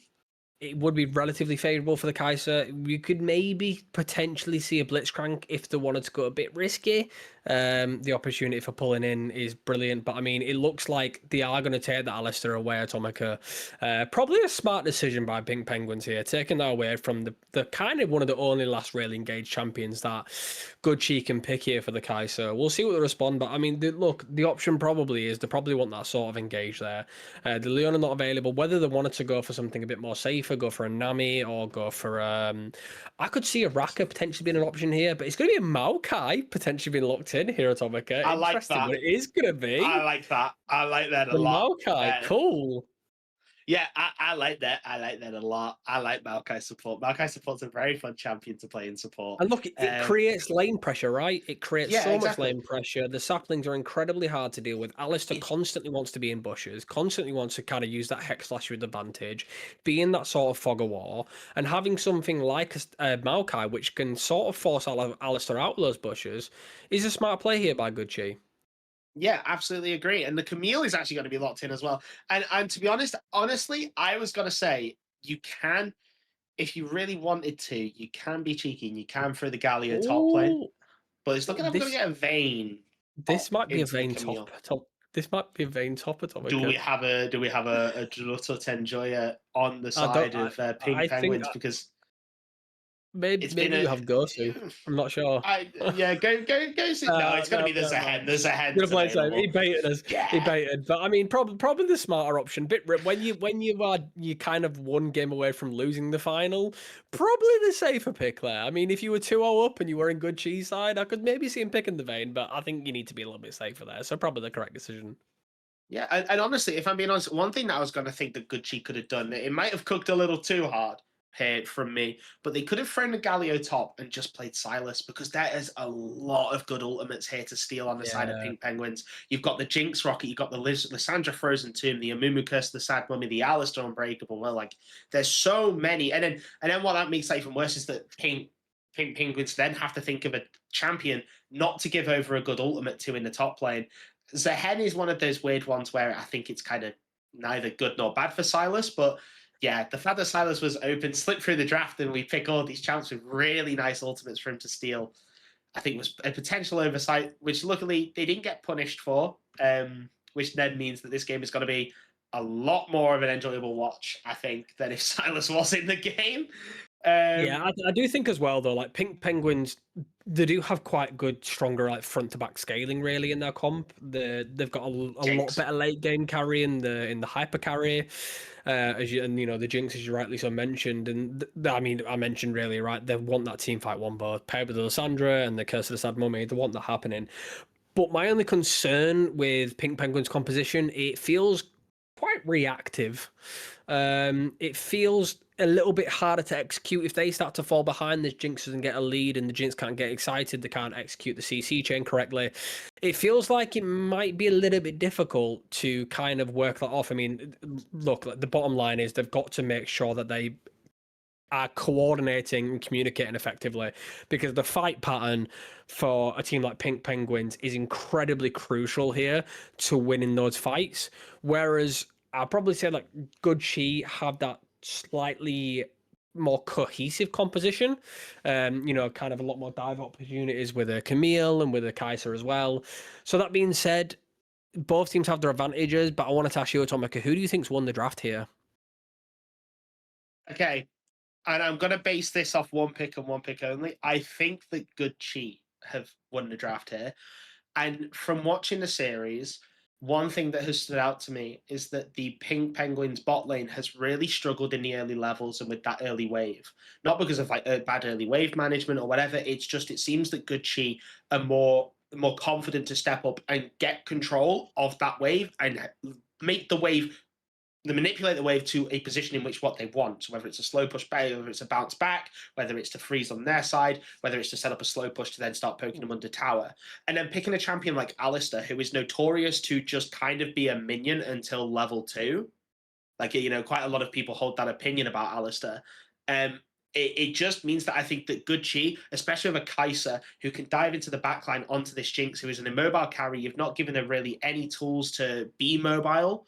If Kai'Sa can get one assassination and the lane goes as poorly as I'm imagining it to go, I think that Good Chi here have such a nice dive composition that Jinx just isn't surviving anything. And yes, you can argue. That's what's going to be a matchup, right? That's interesting, right? It's going to be a really interesting matchup. But absolutely, the one thing I will say is, although Kai'Sa's sort of like lane dive threat is, kind of increases quite dramatically when she hits level 6, I will say that the Jinx feels like it has a lot more lane control, right? I mean, I know the Maokai is going to be playing saplings to sort of force the Alistair out, but the one thing I want to touch on is that if an Alistair plays the lane and the role of a support, that like an Alistair correctly, with a champion like Maokai, that's not particularly known for being very good at disengaging and quite poor at positioning, really. You do get a lot of Maokais that kind of position themselves in a kind of sort of difficult position while looking for saplings, looking for the root, really. If this Maokai positions incorrectly, I do feel like there's quite a lot of opportunity here for an Alistair and Jinx to punish this. Yeah, I agree. I think that really the only thing that he has like to really help disengage is the Bramble Smash, right? Pre-6. Post-6, the Twisted Advance is a fantastic disengage tool, can very much ward off any follow-up engage. But yeah, pre-6 really only has the Bramble Smash. The route you are going forward no matter what. Or if the Alistair like flashes and you root underneath him, then that's fine. But yeah, pre-6, Maokai is a big target, does have a big target on their back, especially with an Amumu as well. Like Amumu jungle. Amumu is such an underrated pick. I think it's just such a solid jungler that like it is so difficult to ignore the Amumu. And with that matchup, yeah, I think that normally the matchups normally go, it's normally, let's look at the mid-jungle duo, because that's what it's been for game number 1 and game number 2. It's now let's look at this bot lane, because both supports are on something that can be proactive and reactive, and both ADCs are on something that kind of wants to get accelerated. The Jinx doesn't really want to wait around for items. She can, but she doesn't want to. She wants to get accelerated. She wants to be able to shred through teams and get that, get an early free item spike. Obviously, every ADC wants that in the game, and Kai'Sa the same. So it's got to be, I think there's going to be a lot of fist fighting in the bot lane. It's going to make it such an interesting thing to watch. But we are now loaded in to game number 3 of Division 1 Grand Finals. Will Good Chi complete the 3-0, never seeing their Nexus fall, all split long? Or will Pink Penguins manage to finally make the Nexus fall for Good Chi? We will find out as the teams set up the new standard 5-point, I believe. Yeah, What is now? I mean, I'm interested to see, right? You mentioned it there. Pink Penguins have kind of made a bit of a miracle run, Atomica. And I really want them to come out on top here. It's a mountain and a behemoth to climb, really. But, I mean, Good Chi out unbeatable, right? You're not seen the Nexus fall. The 2 heard them earlier. But, I mean, stranger things have happened. All it takes is one bad game. And look, this Jinx needs is 3 items. The 3 items on the board, if you've got a lead on this Kai'Sa, it's going to make a humongous difference here, really, especially for Pink Penguins. But we'll see. We'll see if they can manage to make that happen. I mean, I do feel like botlane's playing a little bit aggressive here early on. I mean, this Alistair and Jinx not really using their range to their advantage here, Atomica. But I mean, I guess this is the pressure of the Kai'Sa and the Maokai, right?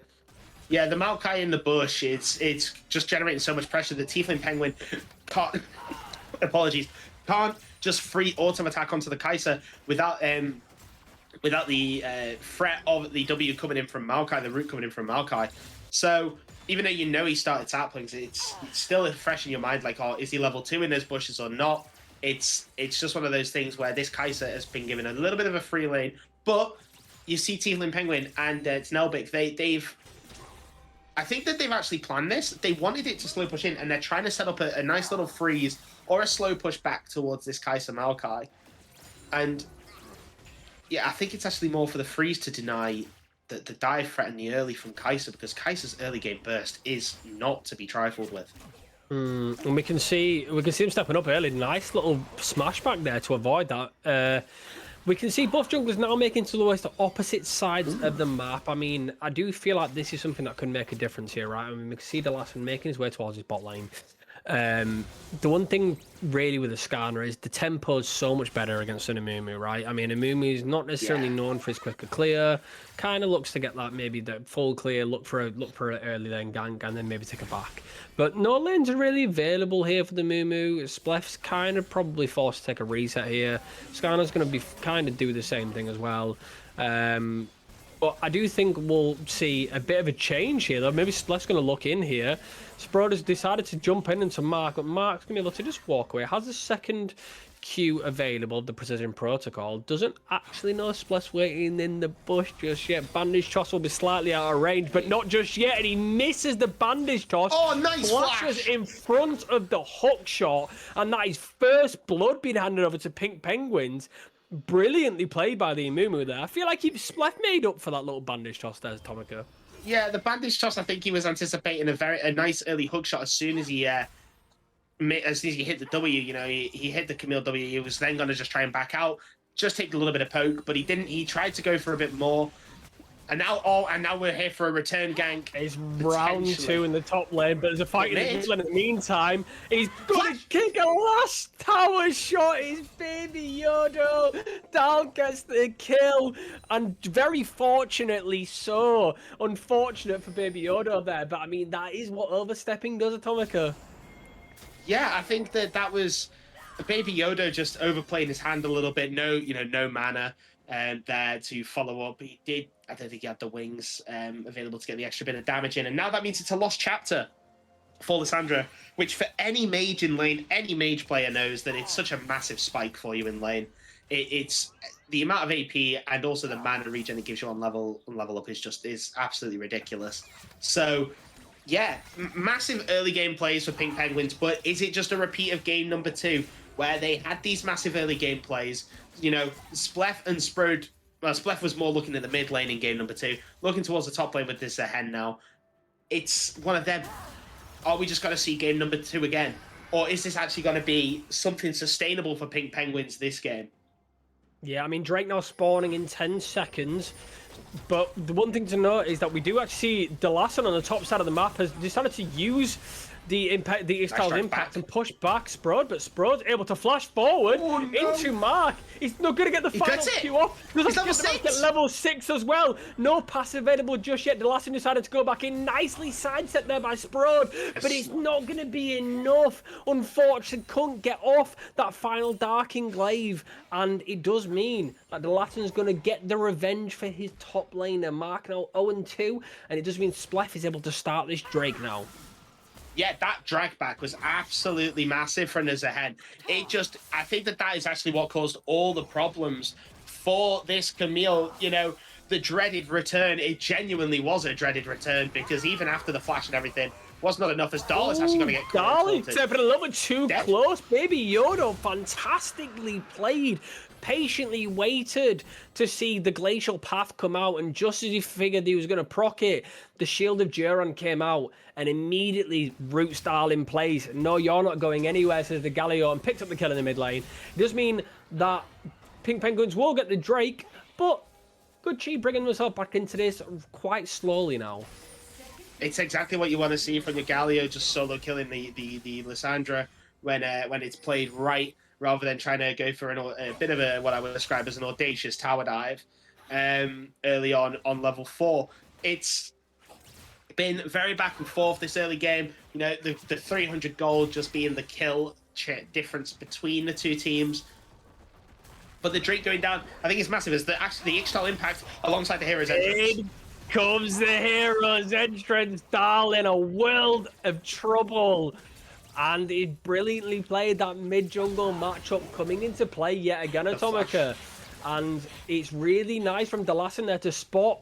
We see Dahl stepping up a little bit too much there. Just playing too close to the walls, and when you're against a Skarner, those walls are not your friend in these games. You can't step up, and Baby Yoda's putting Dahl in his place. Yeah, Baby Yoda's playing the Shielded Durand Glacial Path kind of skill check matchup really well, because Dahl is like throwing the Glacial Path out, so it then is very telegraphed. He's not like taking it early. He's like waiting until the end. He's not mixing up his timings on taking the Glacial Path to get out of the Shield of Durand. Every time he's trying to get maximum distance as possible. Oh, never mind. Okay, I didn't expect Sprode to just run him down like that. That's why I kept on talking. Sprode just immediately just cancelling the Shield's Urine again, cancelling Dahl's Glacial Path there. But I mean, back to that kill in the top lane.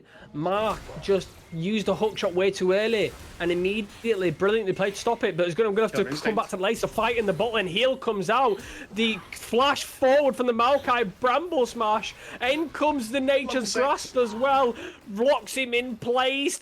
Pulverize comes out to try use anything possible to escape, but Under's going to pick up the kill to fight in top lane. Sprode stepped up a little bit too much, trying to get that passive. He manages to get it just in time. Curse of the Sand Mummy comes out from the bandage toss. In comes the Hen, rising from the dead as Splech picks up the kill. Beautifully played there, and a fantastic team up in this top lane, Atomica. What is this champion, man? Like, just a Guardian Angel for free, but nothing to take away from Sprode. He played that absolutely magnificently. And Spleth, to be fair, deserves some of the plaudits himself. That Curse of the Sad Mummy to stun up the Camille and the Skarner, both, so that this Hen can get his auto attacks in, get his passive, get that resurrection, and it leads into a kill for nothing for the side of Pink Penguins. But this bot lane, that's not good. We've seen a Kai'Sa Killer Instinct in and just get a double kill basically for free, as the external impact is going to come in from Dalasan. He's going to stun him up onto the wall. It's stunned into the wall, and Tiefling stepped up again far too much, and Under's able to walk up. Thank you very much. Chompers go out, but they're not biting anyone's ankles yet today. And I've got to give credit to the last in here, Atomica. He's all over the map. And with, we see grubs spawning in the minute 30 now, and with these objectives kind of becoming more and more available as Gucci start to pull away a lead now, Pink Penguins starting to throw away the early game they received earlier. Yeah, there is a Hex Flash in the mid lane, but it's not going to amount to much, as Sprode is going to continue his tirade in the top lane. And yeah, it's been good play from both teams, I think. It's been a very scrappy early game, something that we haven't really seen. And it's kind of like almost like a flip. Well, not really a flip. It's kind of a continuation of what happened in game number 2, whereby Sprode had Mark's number in the lane, but because Mark is quite decent at playing this playing safer, the kills on the bot side are a lot more, I would say, impactful, especially on someone like Kai'Sa. Because, like I said in the draft, this Jinx doesn't have many peel tools. If it's not played right, because if you're using all your tools to peel for the Jinx, then if you don't find a kill whilst using those peel tools, then you're really over. Under jump in here, immediately stopping on Tiefling being in the wrong position again. We do see the Alice trying to use anything. If Pulverize comes out, not going to quite get the dive off them, because Under just narrowly avoids the bandage toss. But again, this Jinx now falling behind. This is not what you want if you're a Jinx. Extended Impact's coming onto Dahl. They're going to root him in place in the tower.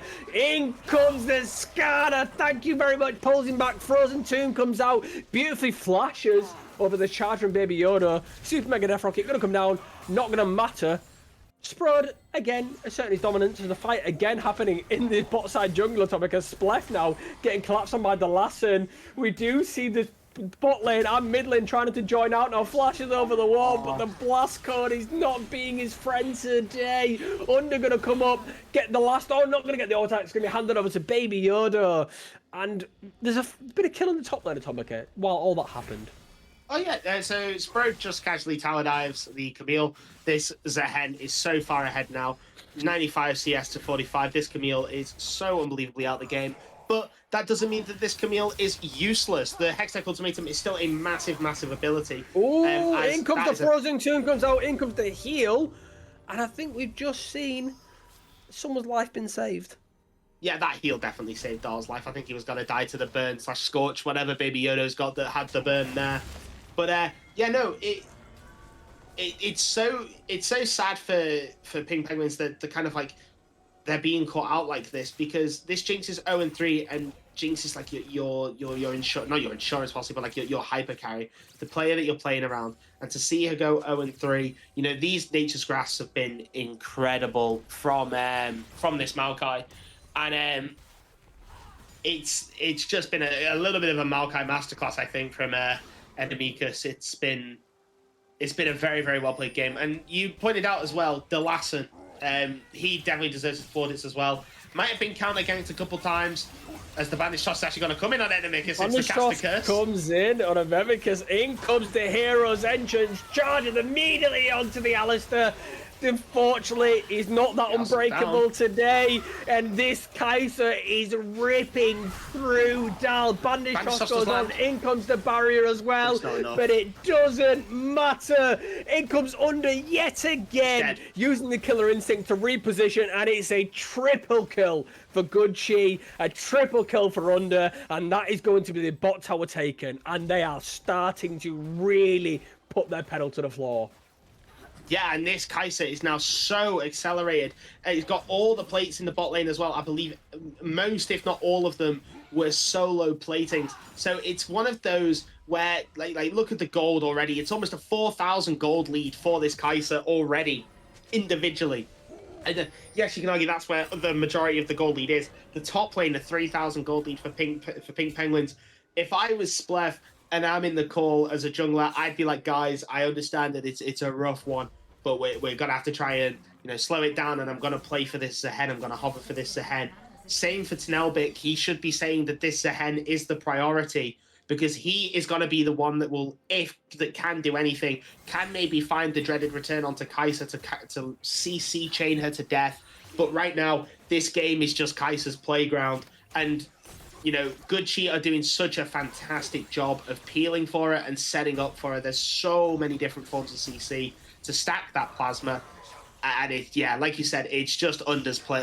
You know, it's just his playground, and there's not really much that Pink Penguins at the moment can do.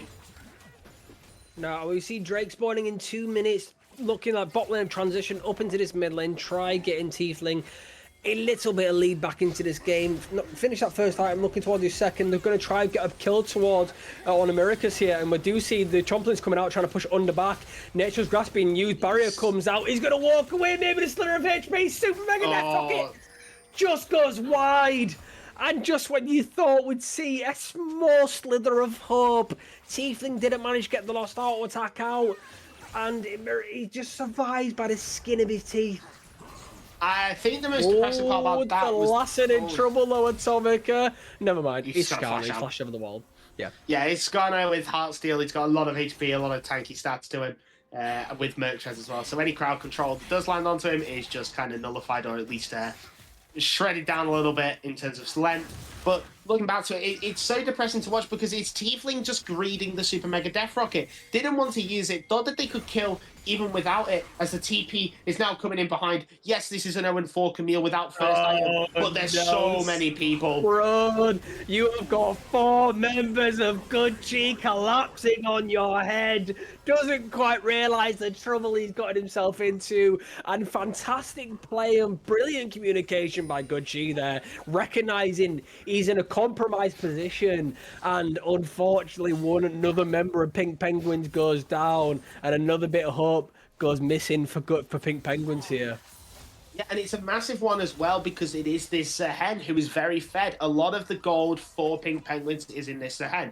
So it means that this Alistair has to place the most defensive vision you've ever seen for a Drake setup, just so that they can then walk into their own jungle and potentially look to contest. But the vision control from Good Chi now is going to be so strong that it's going to be very difficult for them to contest. Dahl is just going to glacial path forward, not find anything. And it's you can almost feel the desperation from Pink Penguins. They're looking for anything to make it work. Like, and it's just constantly being answered by Good Chi. That they are just seemingly on the same page as Pink Penguins. You'd argue maybe they have, I don't know, like a spy or something. This TP from Galio is very, very aggressive, but it's going to work. The Chomper's going to root up both Skarner and Galio, but this is what happens. Good Chi just able to walk in. Hardly any vision, hardly any deep vision, but able to just walk in and Desperate times may call for desperate measures here, Atomica, but they're not even going to get the chance to jump on it, because in comes the beautiful suppression. Zed slams down the Grim Deliverance, and the Kai's has got no one to attack. Mark now falls. It's a double kill now for Zed, and it looks like Good Chi is starting to lose the fight now. Super Mega Death Rocket narrowly misses. Under's running for his life.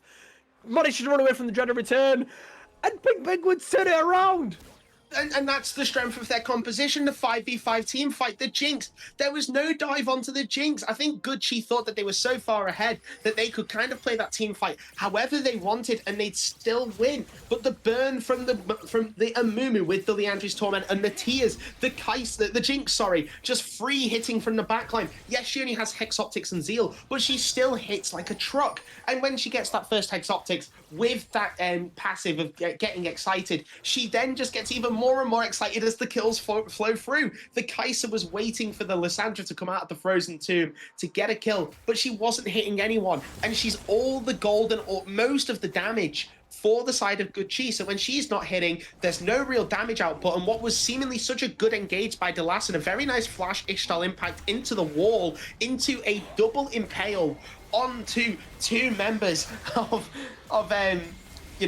Pink Penguins as the TP's coming down bot. As Here comes the Grim Deliverance. TP comes in. Dahl now able to use the route. Just lock up Mark again. And Sprod's starting to give a little bit of hope to Pink Penguins. This Sahen is an absolute unit to deal with, Atomica.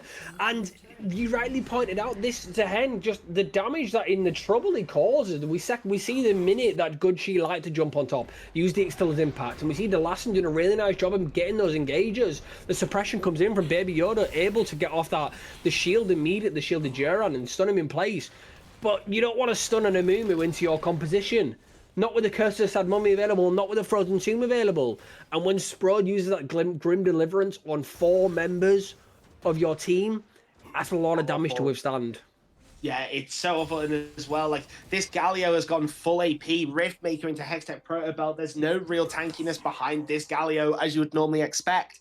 You know, this Skarner as well has bought 2 health items. There's no resistances being built. The best resistances that have been built is the Locket of the Iron Solari for the Maokai, which even only gives you about 25, I believe, of each stat. So it's not even that much. So just absolutely shredded through. And again, Sprode, like you said, is providing so much hope for the side of Pink Penguins. It's the flash. Comes a flash forward, twisted advance heroes entrance, shield of Duran used, and they're still not going to tear down the Maokai. Curse of the Sad Mummy goes out, Split may pay with his life here. He's in fact going to do so. He's used the last bandage shot to dive in, unfortunately. But they use so much for the Maokai then. So the Alistair still managed to survive. Yeah, I think, honestly, it was a wonderful bandage toss from Splef that saved his support. His support was definitely going to die if that bandage toss didn't connect, because the Kai'Sa was about to provide another auto attack, I think, to proc the plasma onto this Alistair. So a very nice save for the Amumu, but he falls instead. And that is not great if you're looking to contest River, even though there's no real objectives around. The Baron is up. You know, it's one of those where, do you take the Alistair falling so you don't get vision, or do you take the Amumu falling so if they do then force the Baron, or if they do look towards the Baron to try and bait you into a 4v5, that you have a chance of just stealing it, you know? It's one of them where the fight, it was I think it was actually a bit of a forced engage from Good Chi because of that team fight. They think that they now have to play for picks rather than actual just team fighting, which I think they still can do.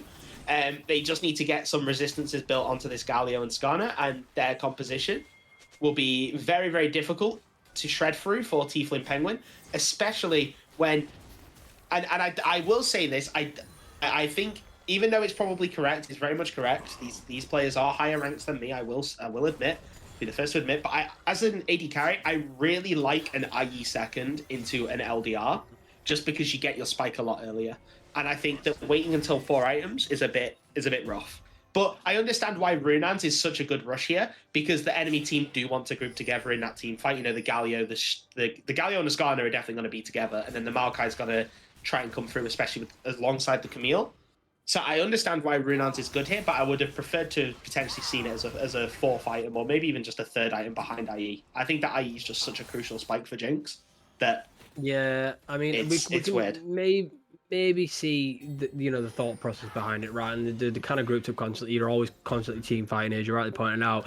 But I mean, 2 items now for this Jinx, working the way towards that 3rd item. This is where we do start to see Jinx really come online. Splef now going to recognize that Maokai's in a compromised position again, uses the Nature's Grasp, twisted advantage to try save his life. Tiefling's going to pick up another kill now, helping towards that 3rd item. Splef banish us over the wall, and it does mean Pink Penguins are going to get their 3rd Drake of the game, working towards its sole point now. Atomica, Baby Yoda in the top lane, trying to push, but Dal recognizing it, going up top lane, stopping him from getting it, and it's brilliantly played here by Pink Penguins. This mid game now really starting to work with the macro, really starting to work as a team, and this is what you wanted, right, Atomica? You wanted to see Pink Penguins start to sort of dominate this mid game, bring themselves back into it, and I've got to give them credit because they're doing exactly that.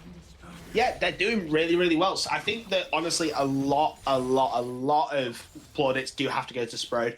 This guy on this ahead has just been an absolute menace. He's got a 3-level lead on the Camille. Oh, sorry, 2-level now. 2-level lead on the Camille. He is rotating extremely well. They picked off the Maokai before the Drake, so that it was just a free Drake because there's no vision to contest. This is the first time I think I've seen Pink Penguins actually fall behind in gold and then get a gold lead again. So they really have come online in this game. And Sprode on this Zehen has just been, he's just been an absolute menace. And this champion just is Renekton on steroids. So any pressure that Renekton would have given, this Zehen champion is absolutely redonkulous. And to be honest, Good Chi are in this now very weird predicament where Kaiser's actually got an Oblivion Orb to help with the anti-heal. And it's one of those where, yes, that's a brilliant choice.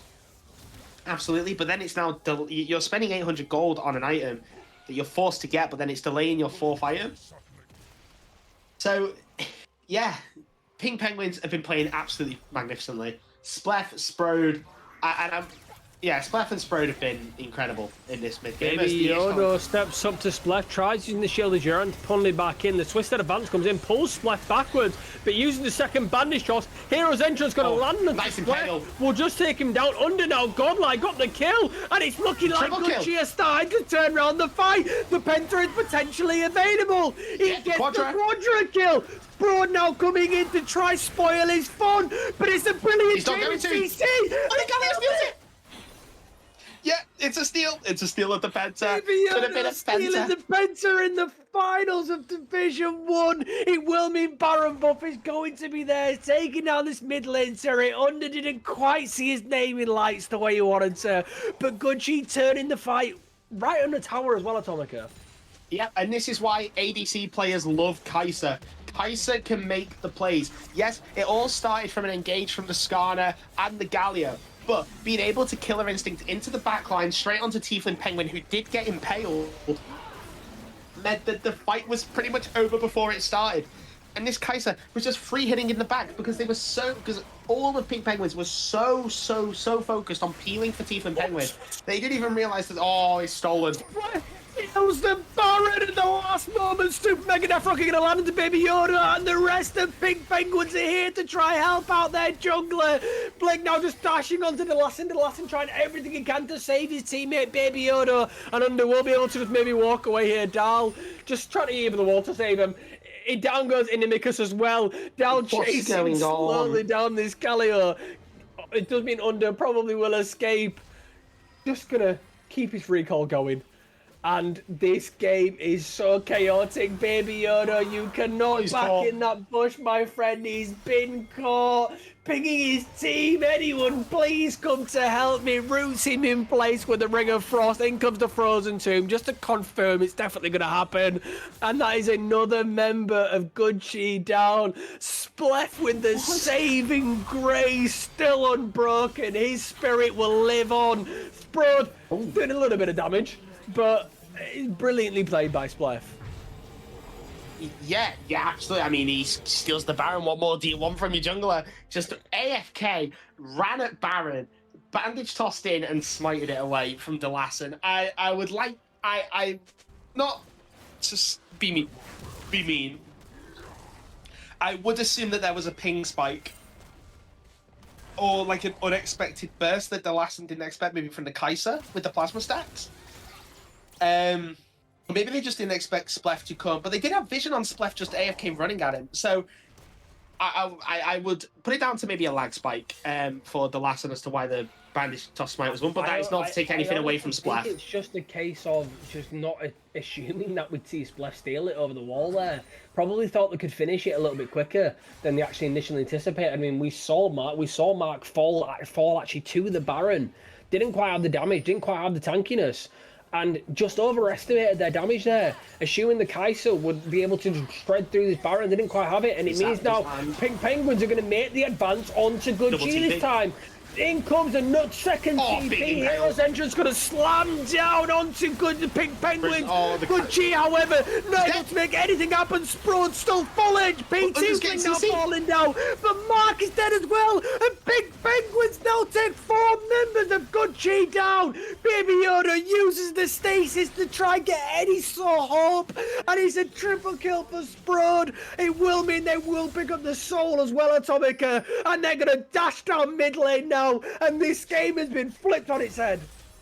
The tempo is just swinging left, right, left, right, left, right. It's so uncertain as to who's actually on top, which is making it such an exciting game to watch. You know, I think that the big play of that fight, though, that I know that all the action was happening by the bush, but I think massive props has to go to Dahl. Dahl just kept this Kai'Sa away from the fight for so long, it was ridiculous. The dash forward, the frozen, the stasis, because the Kai'Sa then can't do anything, can't kill her instinct to the backline, because then that just leaves a Lissandra free to hit behind her. So she has to stay. And then the frozen tomb on top of it. And then after the frozen tomb is used, she can then dash killer instinct into the backline. But then after the killer instinct comes in, the rest of the front line's dead. The majority of the front line's dead or low HP. So they can all turn their attention to the Kai'Sa.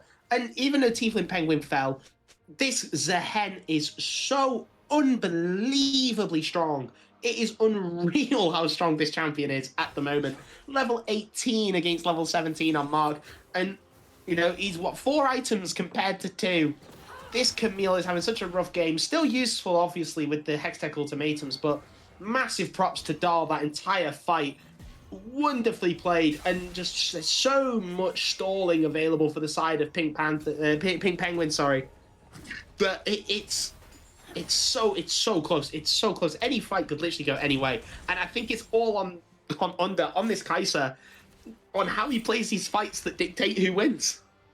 Yeah, I mean, we can see now, though, we see Tiefling finishing that IE now, working the way towards that LDR. Has he managed to finish the LDR now as well? Atomica 4 items on this Jinx. Incredibly strong, especially paired with that Rune Hands. Going to hopefully melt through Good Chi if you're a Pink Penguins fan here. But, I mean, any fight could turn at any moment. Objective available in 1 minute 20. It will be the Baron. We'll expect a big fight for this Baron. Make sure you are ready for that one, because it could turn any moment, any overstep, any small little slacking of your brain, just completely just not thinking, could completely decide how this game goes. Good Chi are on this cusp of being champions here. Remember that they are 1 game away. Pink Penguins doing everything they can to make sure it doesn't slip through their fingers, make sure they try deny it, try reverse sweep this series. But you're right, Atomica, this could flip at any moment. But now Pink Penguins sort of have that sort of momentum now. What do you want to see Good Chi do to get back into this game? To really flip the momentum, you just need to see them peel better. Like to try not to force Pink Penguins, sorry, to engage. I keep saying Pink Panther, Pink Penguins to engage. You have to try and like almost find a pick when no one's looking, or like maybe even just try and collapse on this Zehen while he's splitting the lane, because he does it every time. He split pushes the lane, and there we go. There's this is very nice. Collapsed on. He is immune, and in comes Blake as well to try save him. The passive is available. There's 4 members as well. Super Mega Africa comes in, Twisted Advance slowly making his way. He's full HP yet again. The suppression it won't make a difference because shutdown being handed over to Under. The Baron buff has now spawned as well. It will mean that Gucci can slowly make their way towards that Splef now. Gonna have to maybe save the day yet again. You would hope Gucci don't let that happen this time. You really would.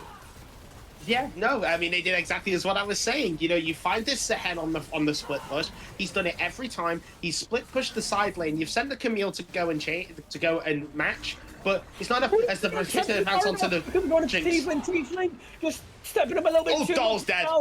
Darley's dead. We see Under chasing him down. In comes the the static shift. And the static shift gets the last auto attack. Splef, the last standing member as his support spawns, waiting patiently at his red. No vision available. This is a blind steal, ladies and gentlemen. We see Baby Yoda making his way around. Actually going to manage to do that. He jumps over the wall, but they pause the Baron for a moment to make sure he can't get it. 2,000 HP. It's not enough. And brilliantly played there. Stop the Amumu stealing. And maybe Gucci have brought themselves and swung the momentum and bringing themselves to victory now. Yeah, absolutely. And there has been a pause. We have seen the Maokai disconnect Enemicus. A couple of internet issues.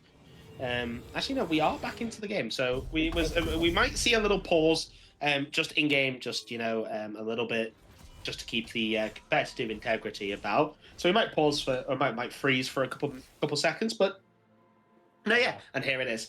And yeah, no, they just did exactly what I said. They picked off the Zehen, they then went to Baron, and like you said, blind steal. Splef was completely blind, and to be fair to him, the timing was almost perfect. If he waited just an extra second, then he potentially could have got there. But then also as well, Baby Yoda was walking around on the side, so he would have been able to stop him. So it was really a case of he had to go. It was do or die. A nice use of the blast cone to dodge the Justice Punch, but yeah, it just wasn't enough. Was a bit too early, and Gucci, good target selection, you know, decided no, they're not going to try and burst down the Baron and go in a smite fight. We're just going to kill the Amumu, make it a 100% guaranteed that we get Baron, and they now have a 5,000 gold lead, and all the tempo is back with them. And it's so awful because this top side of Pink Penguins has played so incredibly well, and I must say that Tiefling Penguins' positioning on this Jinx has been really good. You know, Pink Penguins have played this game number 3 so well. Darlow gets the Excel's impact alongside a Twisted Advance. In comes a Sprode onto the back line. Sprode is dead, I think. There's a suppression. He gets pulled in by the impale. Under now just dominating through these team fights. Splef now bandaged dropped onto Inimicus, but he's not going to be able to do anything. It's a triple kill now. Triple kill, quadruple kill. A pentakill finally. Under now getting the thing he deserves. Yeah. And he gets a pentakill in the final of Division 1. Gucci have done it. Atomica still unbeaten, still unbroken. They reign supreme. They came in basically undefeated. Gucci's just never really broken. The confidence not shaking, and their championship dreams become a reality. Atomica, the Pink Penguins' impossible task still remains impossible, unfortunately, but Gucci have done it. Not once were they defeated, and they stand alone now as the champion of Division 1. Yeah, it was a close game. I will say I think that might be the closest game that Gucci have had all split. I wouldn't be surprised if that is the case. But yeah, no, it was a wonderful game to cast, especially for game number 3 of Division 1 finals. A wonderful, wonderful way to really, you know, to really kind of cap off the Division 1, sorry. And yeah, it was so back and forth between the two teams. It was just an incredible watch. And it was so nice to see such like strong team fighting from both teams, and massive thing with massive props to Under on that Kai'Sa, because that was a absolute carry performance on that Kai'Sa. But MVP of the series, happy? I know you've only just joined me for game number 3, but do you have an MVP from I'm gonna that? give my only thoughts on game 3 because it didn't be able to watch too much of game 1 and game 2, but for game 3, I've got to give it to Delassen, really. That mid throughout the entire game was everywhere on the map and kind of became a carry throughout. So that's my vote for game 3. I mean, what do you think for the full series, Atomica? I would have to give it to the AD carry for Good Chi for the full series, if I'm being honest. Game number 1. Under. Game Under. It was a very nice just performance from Under Highlander. It was a complete carry performance throughout, and it was just a pleasure to watch as an ADC player myself. Like the positioning, the consistent farming, the positioning, the constant gold. It was like the constant gold income. It was fantastic just to see, and yeah, it was overall game 1 to game 3 a consistent performance, and But do you have it from game number 3? Obviously, who would you say was the ace, like the best player on Pink Penguins? I would probably. I think we know. I think we know who this one is, Atomica. I think we all know who this one is. It's obviously going to be Sprod. Sprod was kind of the saving grace there, especially in that early game. Got the lead, was able to kind of stand on his own, and I do think it's going to be. I think we kind of have to give it to Sprod. Don't you agree? Yeah. For the series, I would say I would give I'll give props to Splef, I think, in the jungle. I think that he was really strong and put on a very nice performance, especially on the Vi. On all 3, the Vi, the Jarvan, and the Amumu. I mean, it's one of them where it's like, yeah, they lost, so it's like, oh, well, they could have done things better, obviously, but like no one plays a perfect game of League of Legends ever. So, yeah, I'd have to go to Splef. I think also Sprode is a massive shout. I think it really is between those two. Obviously, people can have their own opinions with that, but that's my vote. I think I'll give it to Splef in the jungle, really, for the full for the full thing. Yeah, I do believe we will be getting an interview with one of the members of Good Cheaters, able to interview them and see what their thoughts are. I definitely want to see how they were feeling midway through that third game, because that third game was that was the closest game. Yeah, it was the closest game as well. It was very because game 1 and game 2 were quite well. Game 2, I guess the start of it was a bit messy for the side of Good Chi, but they inevitably pulled it back and won that game. But yeah, game 3 it's probably going to be the talking point, because that was a very closely fought game. Yeah, we do have Baby Yoda sitting in the waiting room. We'll get him dragged in any moment now to have an interview. I think definitely hear his thoughts on this matchup in the mid lane, Atomica, because you can make comments on game 1 and game 2, hopefully, see what you thought on that. I'll let you ask questions about that, but I definitely want to hear his thoughts on game number 3, because that was an interesting one to say. Yeah, game number 3 was crazy. It was absolutely wild. But yeah, we'll be getting Baby Yoda in any moment now. Hopefully, fingers crossed. Here we are. Oh, hello. Welcome, Baby Yoda. Hello, thank you. Congratulations on being the victors, the champions of Division 1. How are you feeling? I'm feeling quite good. Like, it's an undefeated split, not dropping a single game. It's pretty good.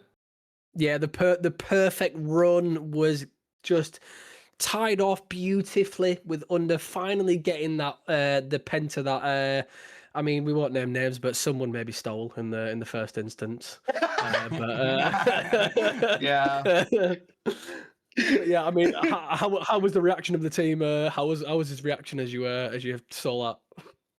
I mean, I was not happy with the steal of the pentakill, but I mean, it's it's okay. It happens. It's like Yeah, it went exactly. that way. Yeah, it So- happened. But you know, he got it. He got it. He still got it. That's what matters, right? That's what matters. Yeah, But I want to see how you were feeling right in that game 3, because that was a nail biting game. You know, just twists and turns. It felt like one fight could just flip the script, and it kind of did at times, really, right? I mean, that Baron steal from Spleth kind of just flipped the game. I mean, I kind of want to touch on that because that felt like a bit chaotic. It felt like maybe you guys didn't expect it, or maybe you just felt like you had the damage to burst it down before he got there. Talk us through that sort of Baron fight. The Baron was not the cleanest. Like we usually have a pretty questionable Baron setup and stuff, but we just didn't expect our damage to be so little and the Baron's damage to be so much. So it was first of second Baron fight though. Wait, which one was the one the Mumu stole or the one? The one the Amumu stole. Yeah. I thought we had the damage. I was like, okay, you free go Baron. I push mid, and then I realized they don't have the damage. They can't tank it for quite enough. And I was like, shit, I should have been there. But I did see you then still I- making your way towards it. yeah, it's like, oh shit, I'm coming. We can do it. And then it saw 4K, 3K, and then we saw the ward, and then the Mimikyu, and it's like, oh fuck no. And then he got it. I was like, now he has to die. He has to die for it. And then it's like, shit, maybe a bit too much as well. Quite a bit of panic in the moment, but like, shit, that's not good. Just get out. Let's recover, regroup. Let's go back. Yeah, but the drawing bottom board. line is you remained confident. It wasn't really too shaken up by it, and you still managed to win it. Really, right? I mean, that's what matters there. But I mean, I want to go back to game 1 and game 2 because I know Tomek probably had a couple of questions leading into that. Oh yeah, game number 2 mainly because game number 2 was the early game. How sort of did you feel with the way that the early game went and seeing that kind of a lot of the play was from the jungler was in mid and you were on that Akali? How did you feel? Was it tilling or was it just like, were you just there like, oh well, you can count me only once, I don't really care, sort of thing? I mean, it is a little bit tilting because there was an instance where I thought I would get a 1-for-1 trade on Syndra where my Q kind of just passed through her when I was straight on top of her. I saw that, yeah. And then I was like, that's very annoying. But as long as they kept sending pressure mid, they couldn't do anything bot, and top lane was still just chilling. So it's like, I'm gonna be able to do my thing later on. Like I need just one flank to disrupt their team fight, and then it's all good. And as you saw later on, like as long as I got behind the Syndra, I just kill her quite easily. So it's pretty. Yeah. It's okay 2 to be solo ganked, kills in a row. Yeah. With that, yeah. And, the second time stepping up when the turret was that low, it's like that's a little bit questionable, but illegal. we all make mistakes. Yeah, exactly. It felt like kind of throughout the series that you and the Lassen sort of had a really good just communication. You were constantly on the same page, right? That's sort of how it felt throughout the entirety of that finals anyway. In terms of your communication within the team, do you sort of have like dedicated shot callers, or do you feel like you just communicate well just as like an entire collective? I mean, it depends on who's feeling strong in the game, because usually we don't have the clearest voices. Like it's a little iffy from time to time, but like when you feel like you have something you want to play like within the next 2 minutes, like you're feeling strong, you're like, okay, I want to do this, we gotta communicate. And jungler communicates his timings when he wants to clear camps, when he wants to look and stuff, but we're kind of lacking a voice in the team as a whole. So if we get very far behind, it's like just the quietest room to ever be in. Everybody's like, what we do now? But that was not the case in these games. Touching on that then, when you said like, you fall behind and it's super quiet, was there any point in that game, and especially in that game 3 and I guess game 2 as well, where you started to fall behind, especially in the early game of game 2, but that mid game of game 3 when it sort of flipped the script from especially that Baron steal, for example, or we saw that fight around the dragon pit where unfortunately Sprode got the Grim Deliverance down on everyone. Did you feel like you then turned quiet, or was there still a lot of hope and a lot of communication there leading into the latter stages of the game? I think that was the most communicative part of the game and the series as a whole, because we still knew how strong we were and how we could win the game. And it was kind of fun because while we were running away, getting caught and stuff, we were like, oh shit, and just having fun with it. So afterwards, we were just completely like having fun in a good mental state, just ready like, okay, how do we continue this? How do we win the game even though they got Baron? Like it It was only one Baron. We're still very strong. We had a win con in mind and just a way to play the team fights. And as long as we could execute it, we were going to win. And as you saw in the end, it happened for us the way we wanted to. That's great to hear. Well, congratulations yet again. Congratulations to your entire team on, a perfect split and a perfect run to the finals, and then coming out on top in the end, as you, I guess, so rightly deserved there, right? So well played to all of you, and congratulations again. Thank you. But yeah, so thank you very much for joining us. We've got Division 2 final tomorrow. Good Cheaters versus Dynamo New Dawn. So hopefully that will be another banger of a series, Atomica, because if it's anything like this one, then I think we're hoping it will be, because we always promise one. But with that, the curtains do close on Division 1, being an incredible split. Thank you so much to all the teams, all the players, all the coaches, all the staff for Division 1.